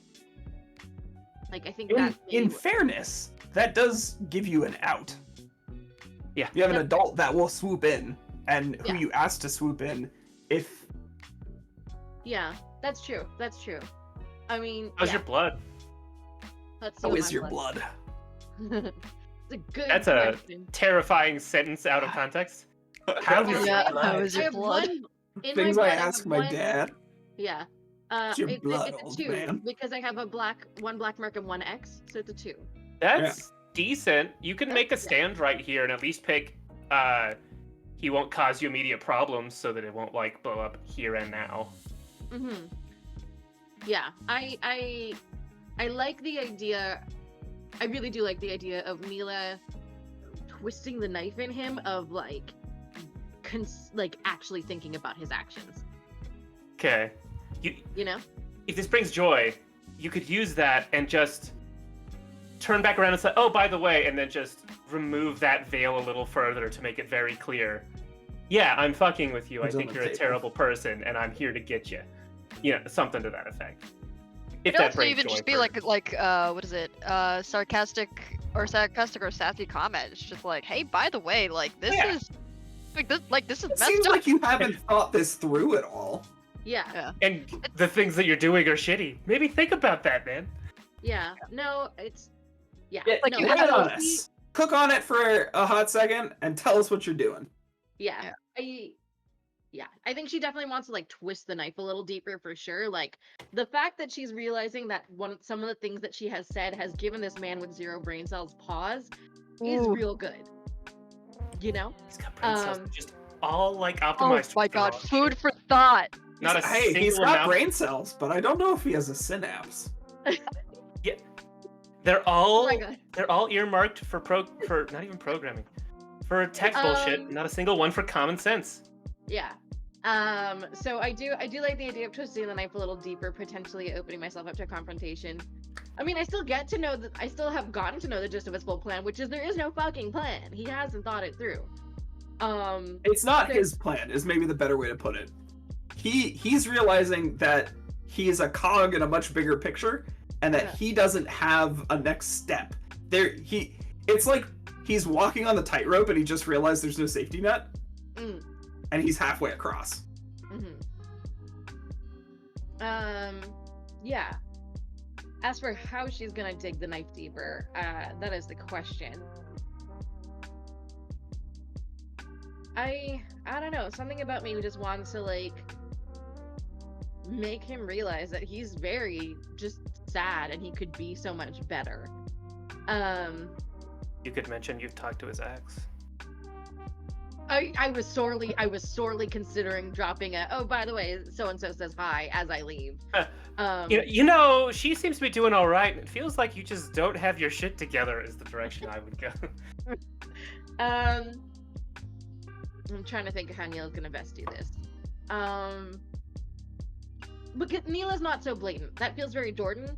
She is not so Fair. blatant. She is very much like if she's going to twist a knife, it's going to be real subtle. And I think What if it's? Oh, sorry, you. I think well, I was gonna say I think she's kind of like she's doing a bit of a kiss up act in the sense of she's like, oh my god, thank you so much, really appreciate your thoughts, like it's so exciting to hear that you're gonna be like helping all of these like homeless sweeps happen, and that like Ugh. you know, like it's gross for her to say it for sure, like internally she's cringing, but she's externally like, oh my god, like this is awesome, like this is amazing, like thank you so much, like you know you're bringing about world peace kind of vibe. Do you know what I mean? Like she's kind of God. Yeah, But yeah. you know what I mean? Laying it on too thick. Exactly. Mm-hmm. Exactly. You know, where she is laying on too thick, like she is like even Adam Cook at some point has to kind of reflect on what she's saying to be like, maybe I'm not doing that thing, right? Of like, no, this is like I think Jamie, I think instead of self-reflection in this moment, he uses that classic tool, which is he stands up suddenly as you're like kind of getting ready to walk away, and he's like, "Give me that notebook, you little bitch. You're not writing that article." excuse me? As he says that, like from behind him, not at his height, of course, a hand grips him by the shoulder and forces him back into the seat. And right there, of course, is our good friend Uzma. She says, "You'd better be careful what you say to a minor. There are plenty of witnesses here, and it's not the kind of place where you would want to commit assault. You know, these things are on camera all the time now.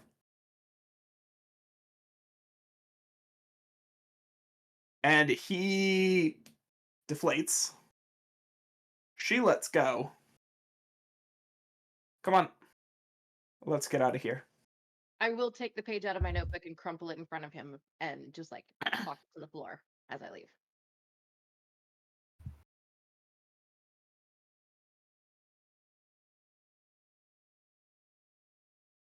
So, did you get what you wanted? I think so. I got under his skin, but I'm glad that I did. Maybe it'll give him pause on the things that he's doing, or it'll make him worse, and everyone else will hate him even more, and that's even better for me. He's not a great guy, Isma. Like, he doesn't even know what he's doing. There's no plan there. He's just like, oh yeah, this will be great because like, oh, aren't you like so scared of like the people on the street that are like weird and like, yeah, I don't know, they'll just do homeless camp sweeps now? Like, what the? Okay, don't tell my mom. What the fuck?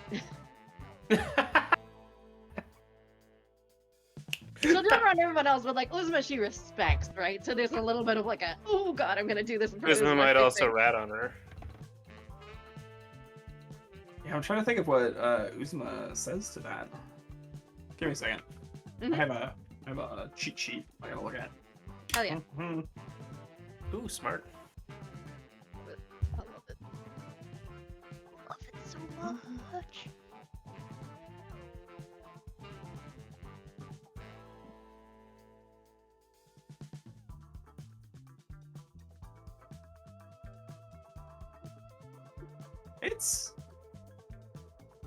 It's nice to be the. Don't tell your mom I said this. It's nice to be the bitch in the room sometimes that reminds people who's in charge and puts them in their place. Man, Uzma, you're just right. She opens her bag and the lining of her bag has HBIC on it. Mila like jumps up and down and claps her hands, and she's like, "Oh my god, I love it." Is it bad that I kind of want to embody that energy some more? I don't know if I've ever had the strength to. I think you've always had the strength. You and your mom and your dad have always been people with a lot of integrity. Or, well, I don't know you that well, but I know your parents. They always have been people with integrity, and it doesn't surprise me that they raised a daughter with a strong backbone. Well, sheesh. Thanks. Okay, where'd you get that purse? Because I need one. She just pulls out her phone. She sends you the thing. Yeah. And I think that's a good place to cut. Fade to black. Yeah. Hey, Hey, do you want a major covenant with her? I do, in fact. Great. Go ahead and add her. And I. Okay, but I do think this one could be the devil. Like, this would be so interesting. She is the devil, in fact. Because her thing is showing you a new side of yourself. Ooh. Ooh. She sure is. Nurture this covenant when you realize something life-changing about yourself and you follow through on it. Betray this covenant when you place the needs of others or society as a whole above your own self-actualization. Oh, I'm so excited. She What?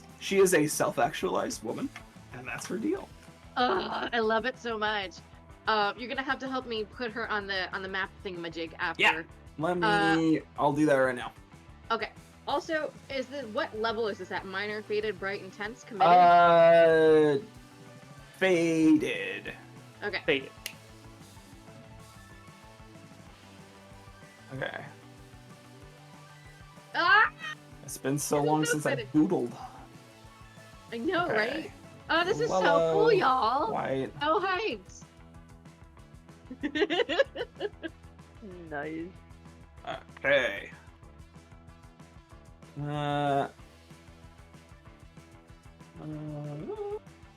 Oh, Tate. The idea of you made my job of making look good so much harder than if you had an actual plan is also very good. It's just not. I like what you style, did. but I like It's it. more Neela. If Jordan were in that position, that is the lie he would have gone with. Yeah. No, Is, absolutely. oh man, you've made my job so much harder. If you had a real plan, I could have like spun it better.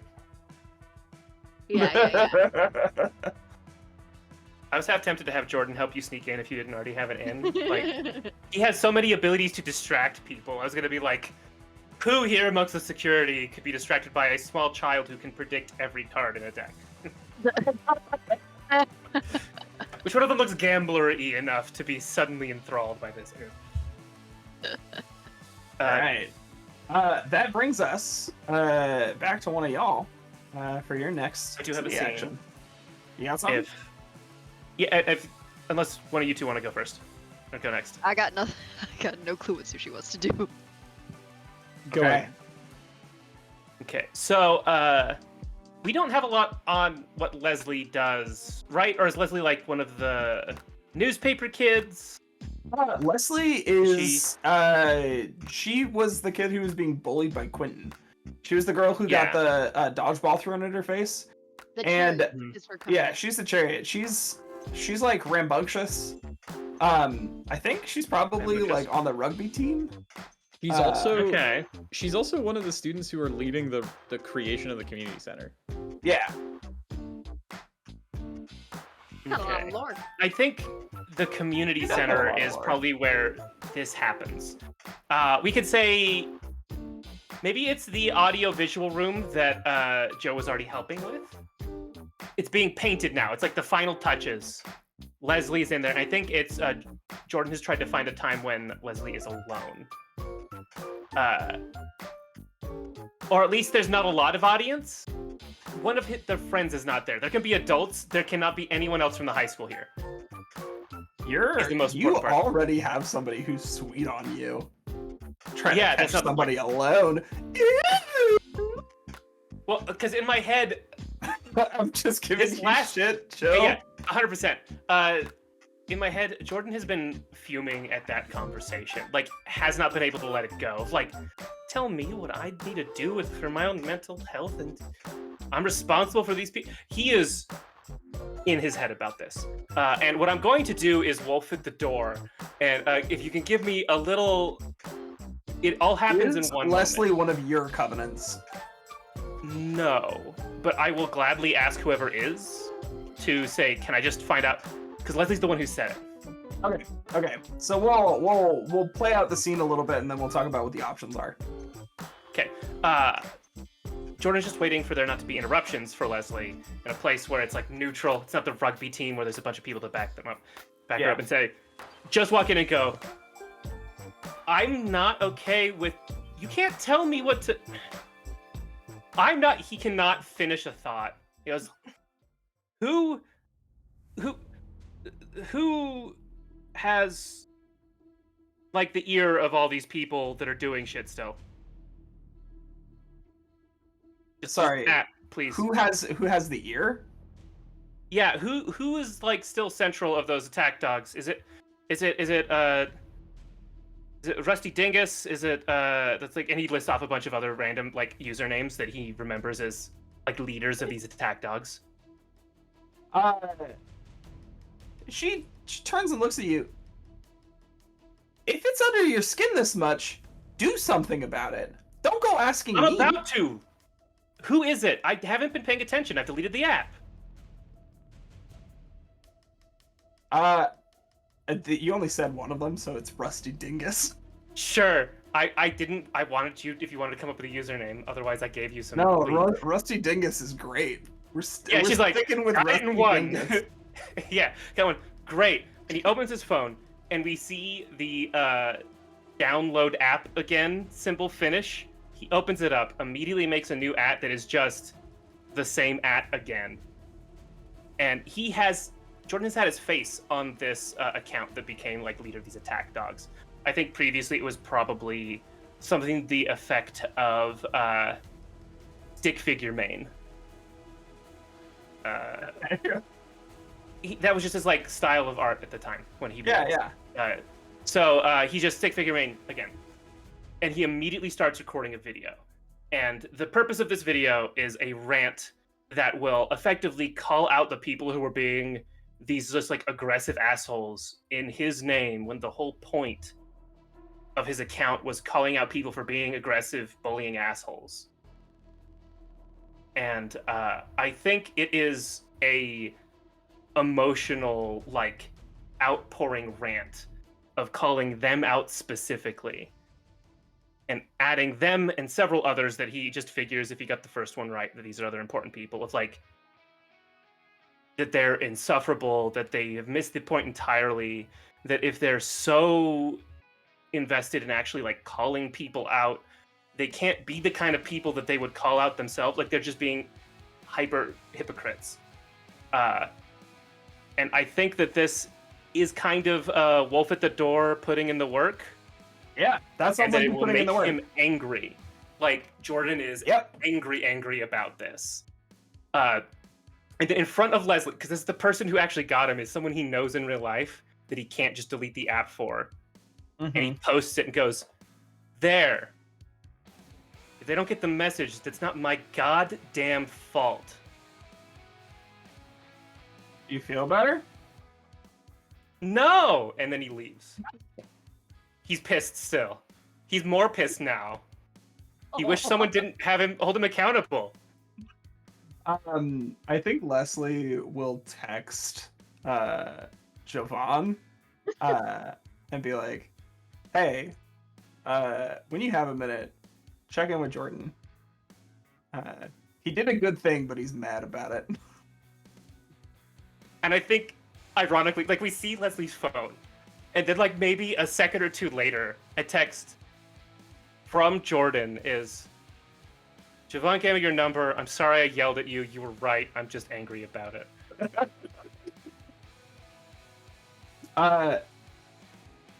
Leslie has a thumbs up emoji that then has its own thumb up, like, ad infinitum.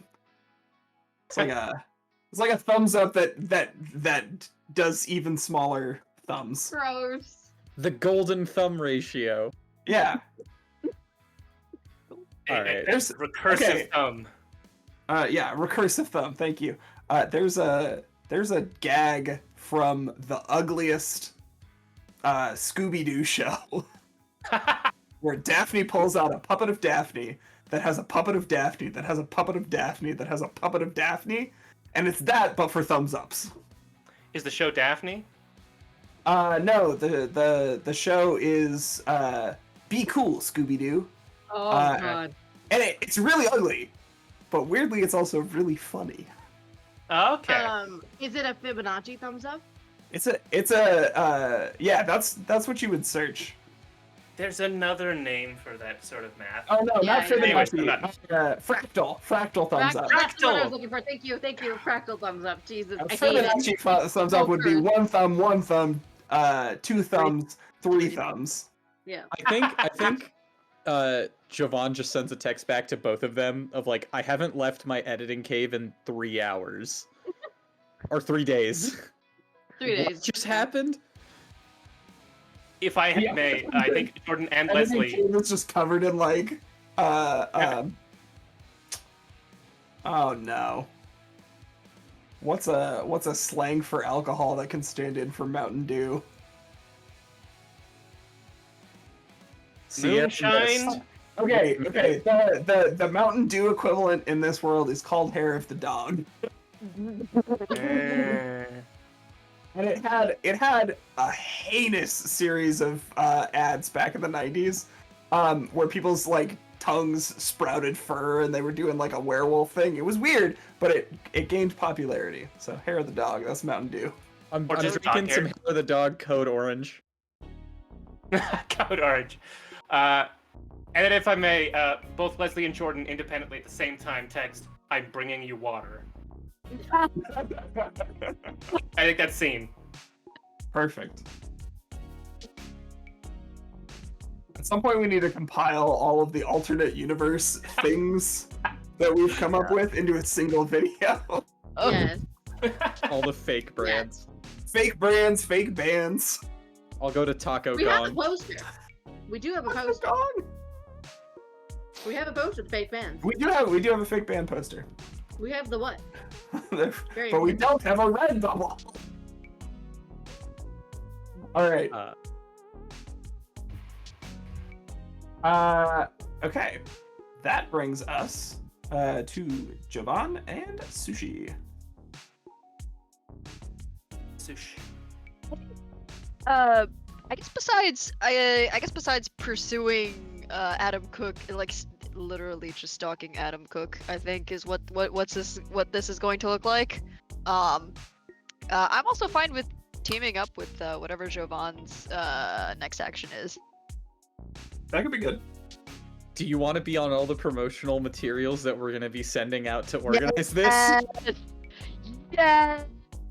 Community. Actually- Oh my god. Be nice. Oh my god. Los Matapacos? Is that what he's called? Hold on. The anti-fascist dog. Ah, yes. Yes, I don't remember his name, but I remember the dog now. So yeah, that's going to be the action. Is I'm going to be, I guess, taking photos of Sushi and blasting it on social media. I'm hijacking the printing press at school because it's definitely a printing press and not a printer. I'm sending it to Petra to like post around the work, and like I'm gonna start. It's gonna be the plan is a sit-in. We're gonna be doing a sit-in right at City Hall. If I think when they announce, perhaps like maybe because of this convention, the day of when everyone's trying to leave and they're getting like buses and planes or trains and stuff out of the city, we genuinely actually, instead of a sit-in, we are gonna try and just with traffic shut down Main Street. We're gonna cause a civil disturbance. Oh yeah. Okay. Give me just a second.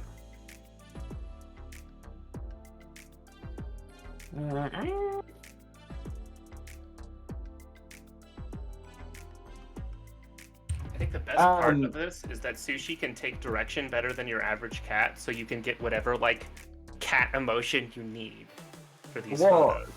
Also, so the dog I was trying to reference is Negro Matapacos, or the Black Cop Killer, who was an anti-fascist dog who hung out with all of the protesters in 2011. Yeah. He participated in every street protest in Santiago. The bright red bandana and everything, I think, is the image. So Yeah. I'm gonna go. I will go and purchase clothing for Sushi, like a bandana. If she wants one, I'll add. Hey, Sushi is Sushi does not understand the plight, but she does ask why. But she's totally willing if you give her a good reason. As you know, humans love images like advertisements. For You've seen love all and around. I want to make you into an advertisement for justice. Yeah, I would like to do a justice capitalism with you. justice cat. And if you have People not ideas, listening at by all the in way, this moment. how about we don't have to do a bandana. Do you want a beret and to hold like a paintbrush? Oh my god. It is. I think it's like. I think it's like sort of like a, French art cat. it's like is tied. very I anti-fascist. think it is the bandana, but That's there's just so straight up a corporate. paintbrush in it. Sorry. Oh, no, take Yeah. it back. No, you go. Sorry. Yeah, so Javon will do that. Javon will like get a beret and a paintbrush and like rig all this up and like take photos. Javon's a photographer. This is not something that always comes up, but it's kind of important, Mhm. especially right now. And so I like the idea that you dress her in the style of the French resistance during World War II. there's definitely a shot where Sushi is the stand-in for Lady Liberty leading the people. Yeah. He's like got like green powdered fur too. Hell yeah. Absolutely. Hey. So I'm gonna try and make a difference in the city by getting people to come and participate.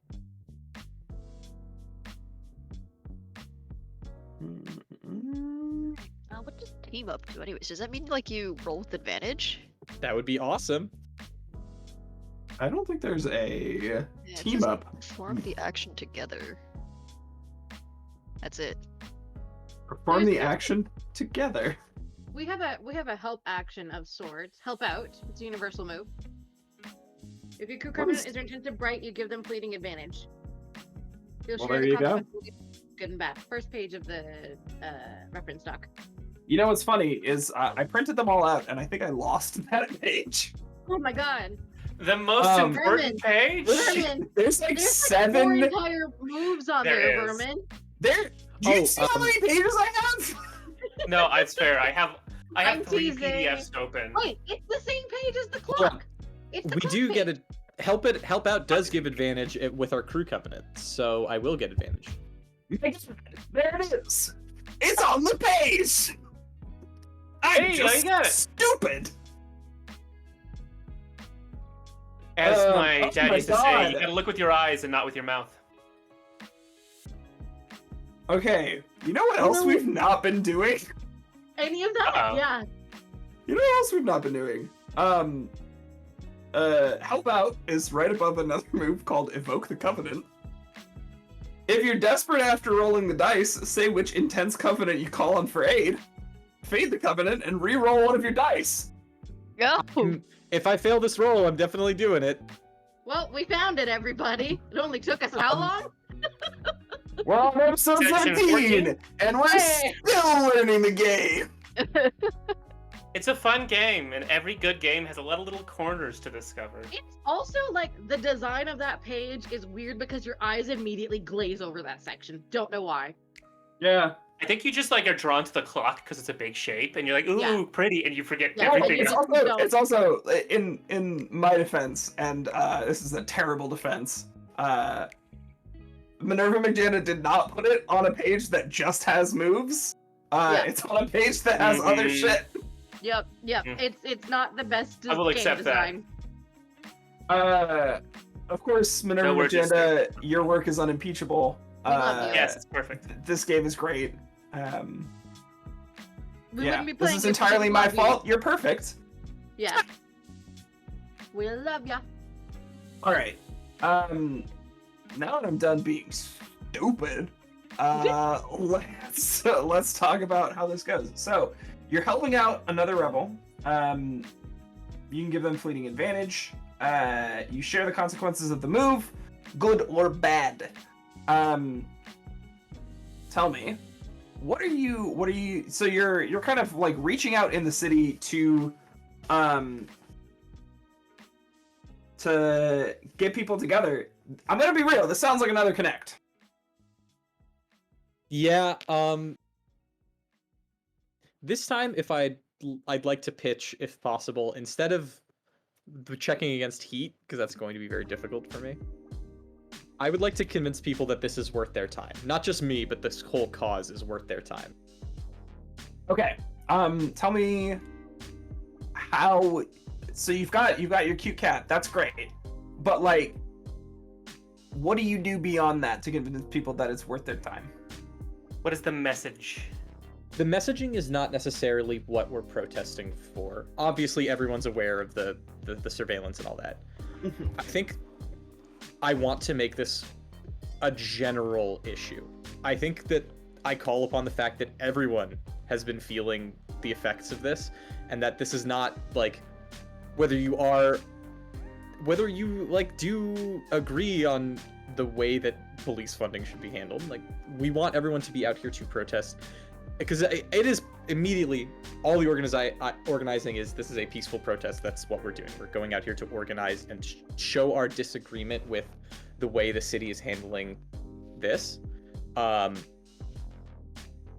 more so the fact that people need to have their voices heard, and that it's fundamentally being silent is the most dangerous thing, and that political organization and local communities are extremely important. Okay, so, one of the things that I've learned in the last 4 years about organizing is that having one message that you're sending to people, one really tight and concise message, about what you want to change is like the most important piece. So what is that nugget?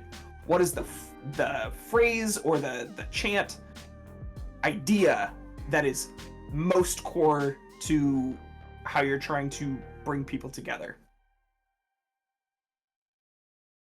The core idea is to prevent this program from continuing and being funded.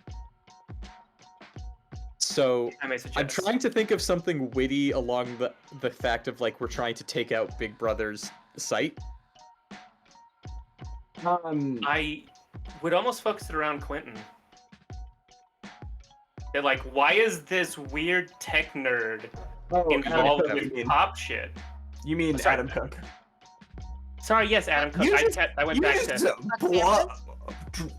You're getting our boy Quentin when he did nothing this time. Yeah, I'm hoping I open my talk. It goes back Quentin comes to this. And he's the first one. And so it's just his name is the name for all of them. Yeah, Adam Cook. I would almost focus around Cook. Like, why is this weird nerd man who's obsessed and scared of homeless people involved with our police? I feel like that's a very strong thing. Maybe it's something along the lines of like, don't let him cook. Cook's code is half baked. Yeah. Well, that's definitely one of the chants. That's one of the chants for sure. Okay, so it's the issue is like cyber police is automated policing. So maybe there's something in like like a Stop City type vibe. Yeah. Do you know no arrest if you don't have a face? There was also the all the materials say wear a mask. Yeah.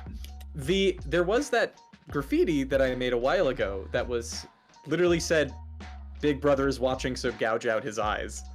Oh yeah. Oh, I like it. Oh, I like it. That's acceptable as like a tagline.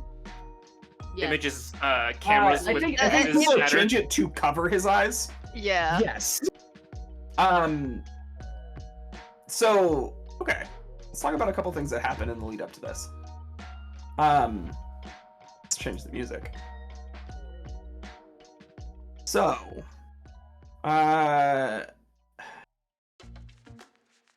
one thing that happens is as the message spreads, one thing that people start doing is they start putting slaps over the cameras. Y'all know what I mean by slaps? I have an idea.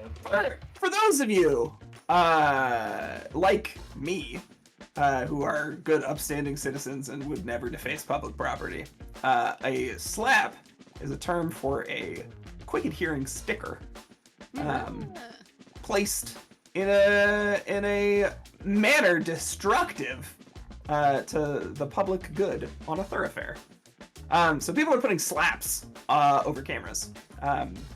Nice.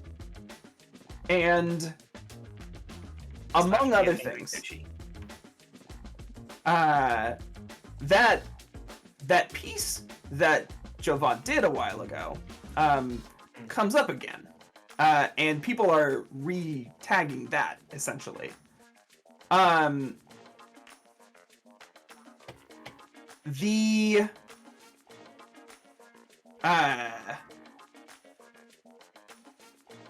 That tag and its motifs get repeated throughout the city by different artists. It's reinterpreted.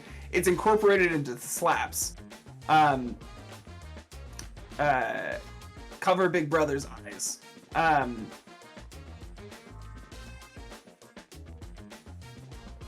So we get to the day of the sit-in, trying to block off the main street outside of City Hall. How's it going?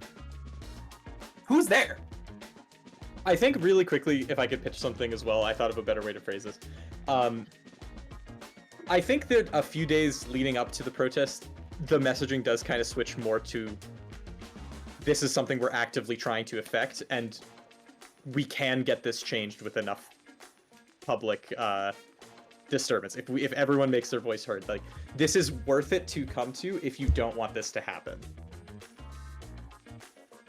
And Jovan is spreading this message throughout the school paper runs this story one more time at least, and I'm hoping Petra sent it through her work as well. Yeah. And I think maybe it gets ignored, but Jovan's also gonna give it to Danny, the caseworker. Do you mean Kosuke? No. Danny, the caseworker. Social worker. The Social social worker.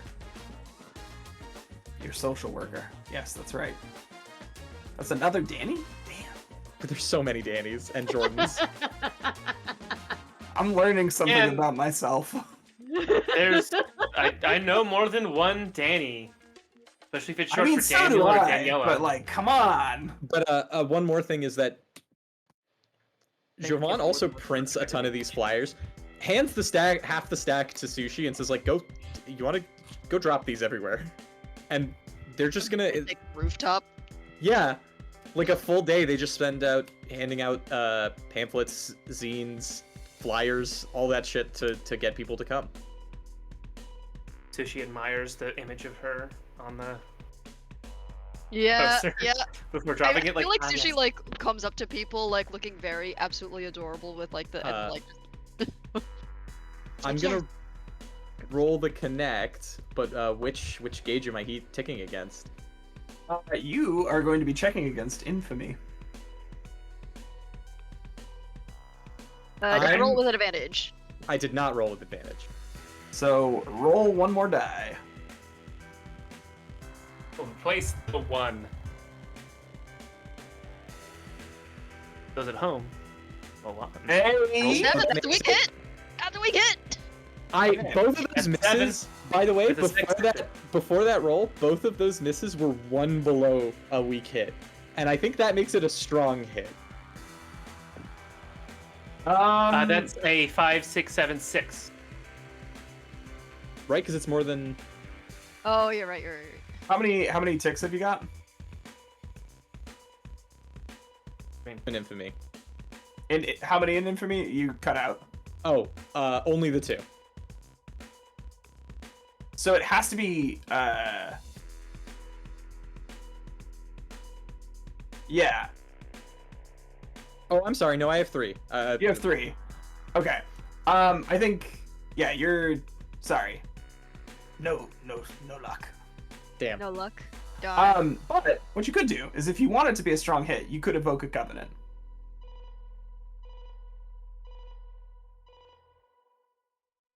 Yeah, I'm gonna evoke my covenant with Petra for this. I think I Okay. put a lot of work onto Petra for this case, but I also know that this is what she believes in and that this is important to both of us.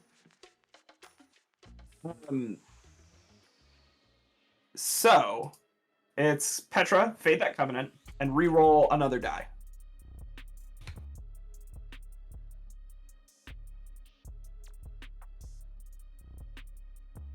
Rolled the 2 into a 2. That's how it goes sometimes. Okay. So here's how this shakes out. Well. Okay. On a hit, people are giving you a chance to make your case, and I think that means like everybody is outside the city hall. Okay. I'll say one other thing. What if you could fade your crew covenant if you want to turn this into a strong hit? I can do that. I'm currently at 'Cause break. I think if you look at Connect, the way I want to interpret this, yeah, go ahead and roll a die. On a Oh, that's even worse. anybody else? Who else is there? On a strong hit, you could get far more than you normally would. Can I fade mine? Has to be somebody else. Can I help? Specifically in says any has to be way? somebody else. You can fade your You wanna covenant fade and our roll one covenant? die. Your crew Ooh. covenant. Okay. Yeah, I'll do that. I'll point out Neela and Jordan specifically also have intense covenants. Yeah. True. Yeah. So I'm happy to fade at a level. Does it still count as committed? Yeah. Yeah. It's still committed. As long as it's bright, yeah. Okay. It'll go from intense to bright. Okay. And I'm rolling 1d6. Yeah, one of you at a time. Roll 1d6, having faded your covenant. 5. 5 and a That's 5. That's good. 10. Minus Well, 1. good. Benji? Well, it's 5 and 5 because of the way those check againsts work. Yeah. Okay, Is that enough? that is enough. Yeah. So, There's 2 that are above the number, so.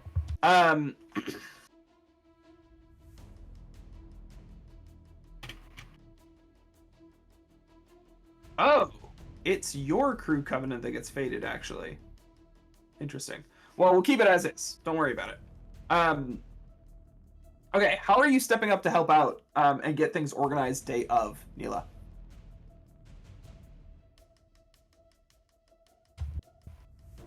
I'm muted. I was muted. Yeah. I'm sorry. I'm so sorry. I think Neela is.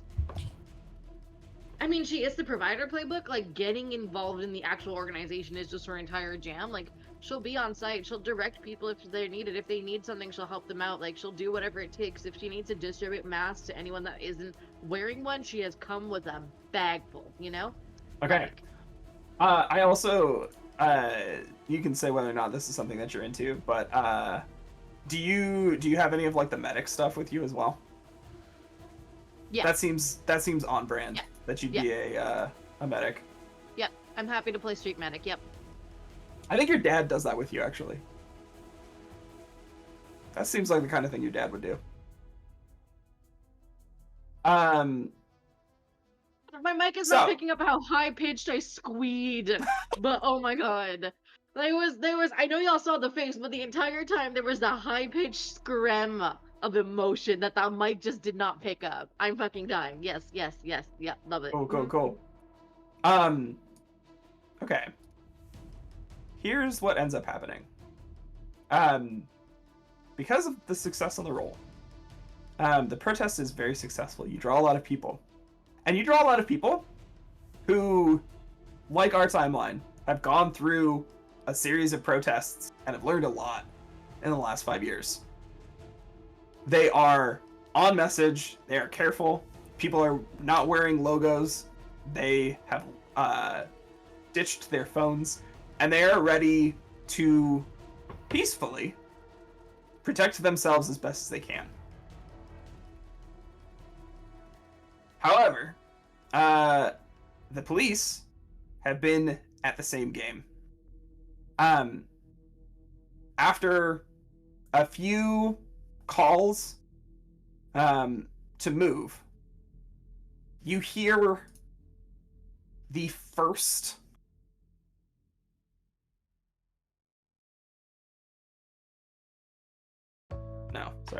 you hear the first canister of tear gas shoot over the crowd. And I think that's where we're going to stop for tonight.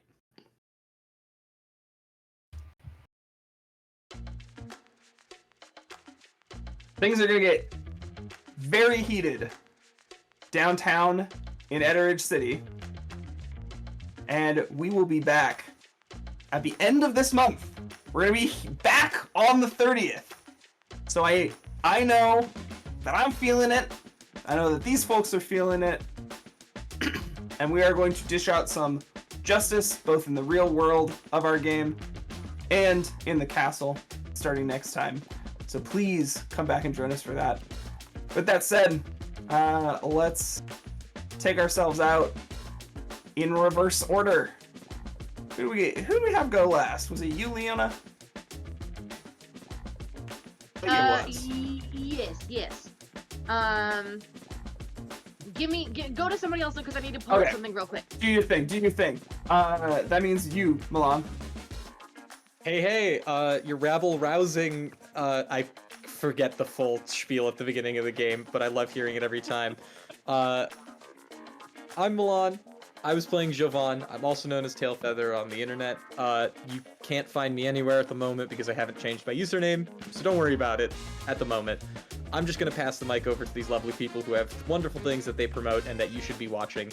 And absolutely, you should hit follow to the Neon Lights roleplay channel if you haven't already, because why haven't you done that already?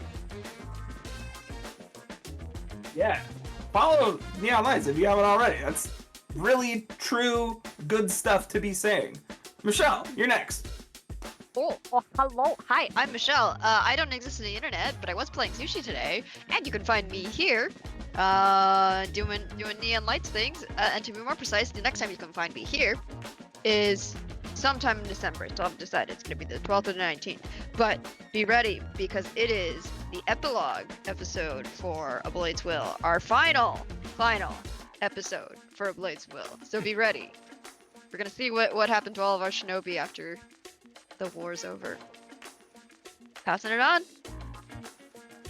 All right. That's over to you, Tate. Yeah. Just as a side note, yeah, there's been so much work on A Blade's Will. I'm very happy with how it's gone. Michelle's done a great job. Anyways, hello Twitch and hello Internet. My name is Tate Washburn. I have been playing Jordan Karsten, the Harlequin, who is honestly in a better place than he was at the beginning of this episode, but we will see. I was about ready to have him jump into the fray of that last scene, and we'll see if that's what happens next time. If you want to follow me on any social media, I am Tate the Terrific on any place I care to be found. If you try and find me somewhere else, no, you won't. You should definitely also follow Neon Lights Are Play on Twitter if you care for that platform anymore, or more likely, you should follow Neon Lights Roleplay.bluesky.social because that's just a much nicer platform, and also we have several people who are much funnier than me who run both of those social medias. You could also join us on our Discord where we do all the cool, fun, meme-y stuff that we mentioned. If you want to come up with any of the memes from your dreams, from cat dreams in particular, that's where you should join and put it on the art sharing, I think is where to put it. Or the meme channel. Honestly, I'm here for some meme dreams, some dream memes. Here we go. But other than that, I have a few other games that I am planning on being on the starting the new year, but we have not announced that yet, which is why you should follow our socials and join our Discord. Anyways, yeah. All right. Leona, are you ready? Yes. Great. Take it away. All I right. babbled long enough. Hello everyone, I'm Leona. Today I have been playing Mila. You can find me all over the internet at the Leona Maple, most importantly Blue Sky, and theleonamaple.card.co. I'm gonna leave all that aside for a second. I have something that I really want y'all to know about. I have been on a game with Van City by Night, Vancouver by Night. If y'all know them, they're fabulous folks over there. And we did a Marvel multiverse game set in the 604 universe, which is the Vancouver universe, if you get my drift. But the reason why this is so fucking important right this very fucking moment is because of a couple reasons. Tomorrow at 8 p.m. Pacific, we are broadcasting episode 3 of this campaign. And there's a couple important things. First of all, fucking Mark Muir is in it. Hello? Hello, fucking Mark Muir cameoed for us in this episode. First of all. Second of all, even more important, the show itself is fundraising for BC Children's Hospital. Tomorrow is Giving Tuesday. So in addition to the fact that we are fundraising for BC Children's Hospital and tomorrow is Giving Tuesday, BC Children's Hospital sent out an email saying that they have a matching donor for up to $120,000 in donations by the BC Dairy Association.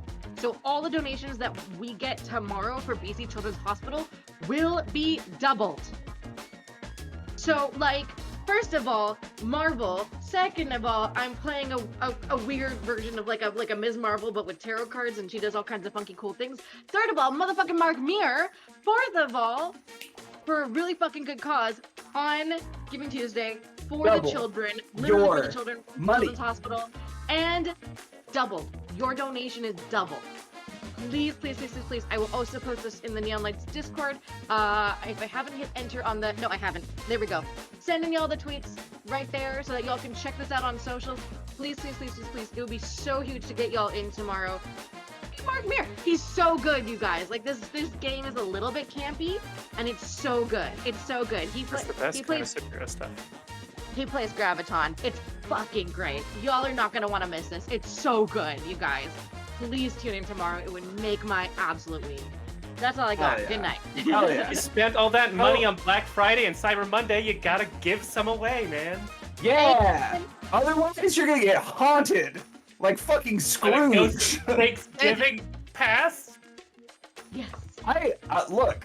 I don't know what happens after we die. I'm Legendary Vermin, but if you don't engage in charitable donations with your excess wealth, should you have it, I personally will come haunt you. I will drag you to hell if you don't change your ways. I will show you the error of your Giving Tuesdays past. If you Show want me to the see me ghost do of things Thanksgiving besides future. that, yeah. If you want to see things besides that I'm involved with, come back here. Not tomorrow, because you're going to be watching Leona. But next Tuesday, we're coming back with a little more mecha action on Fading Chronicle, Tears of Divinity. And then you can catch us here again at the end of the month, again, 30th. We will be back for the next episode. It's gonna be a real good one, I think. Finally, you can check out the games that I make on legendary-vermin.itch.io. I'm Legendary Vermin on all the places on the internet that matter. That includes Blue Sky, YouTube, Twitch, Itch, probably your favorite video game. I'm all over the place. This has been The World Within You. You've been great. And don't forget to fight back. Tear out Big Brother's eyes. And, of course, the enemy sees your light. Make them blind. Let's get out of here. Bye-bye. Don't comply in advance. Bye. Bye-bye now. Bye-bye. Bye-bye. Bye now.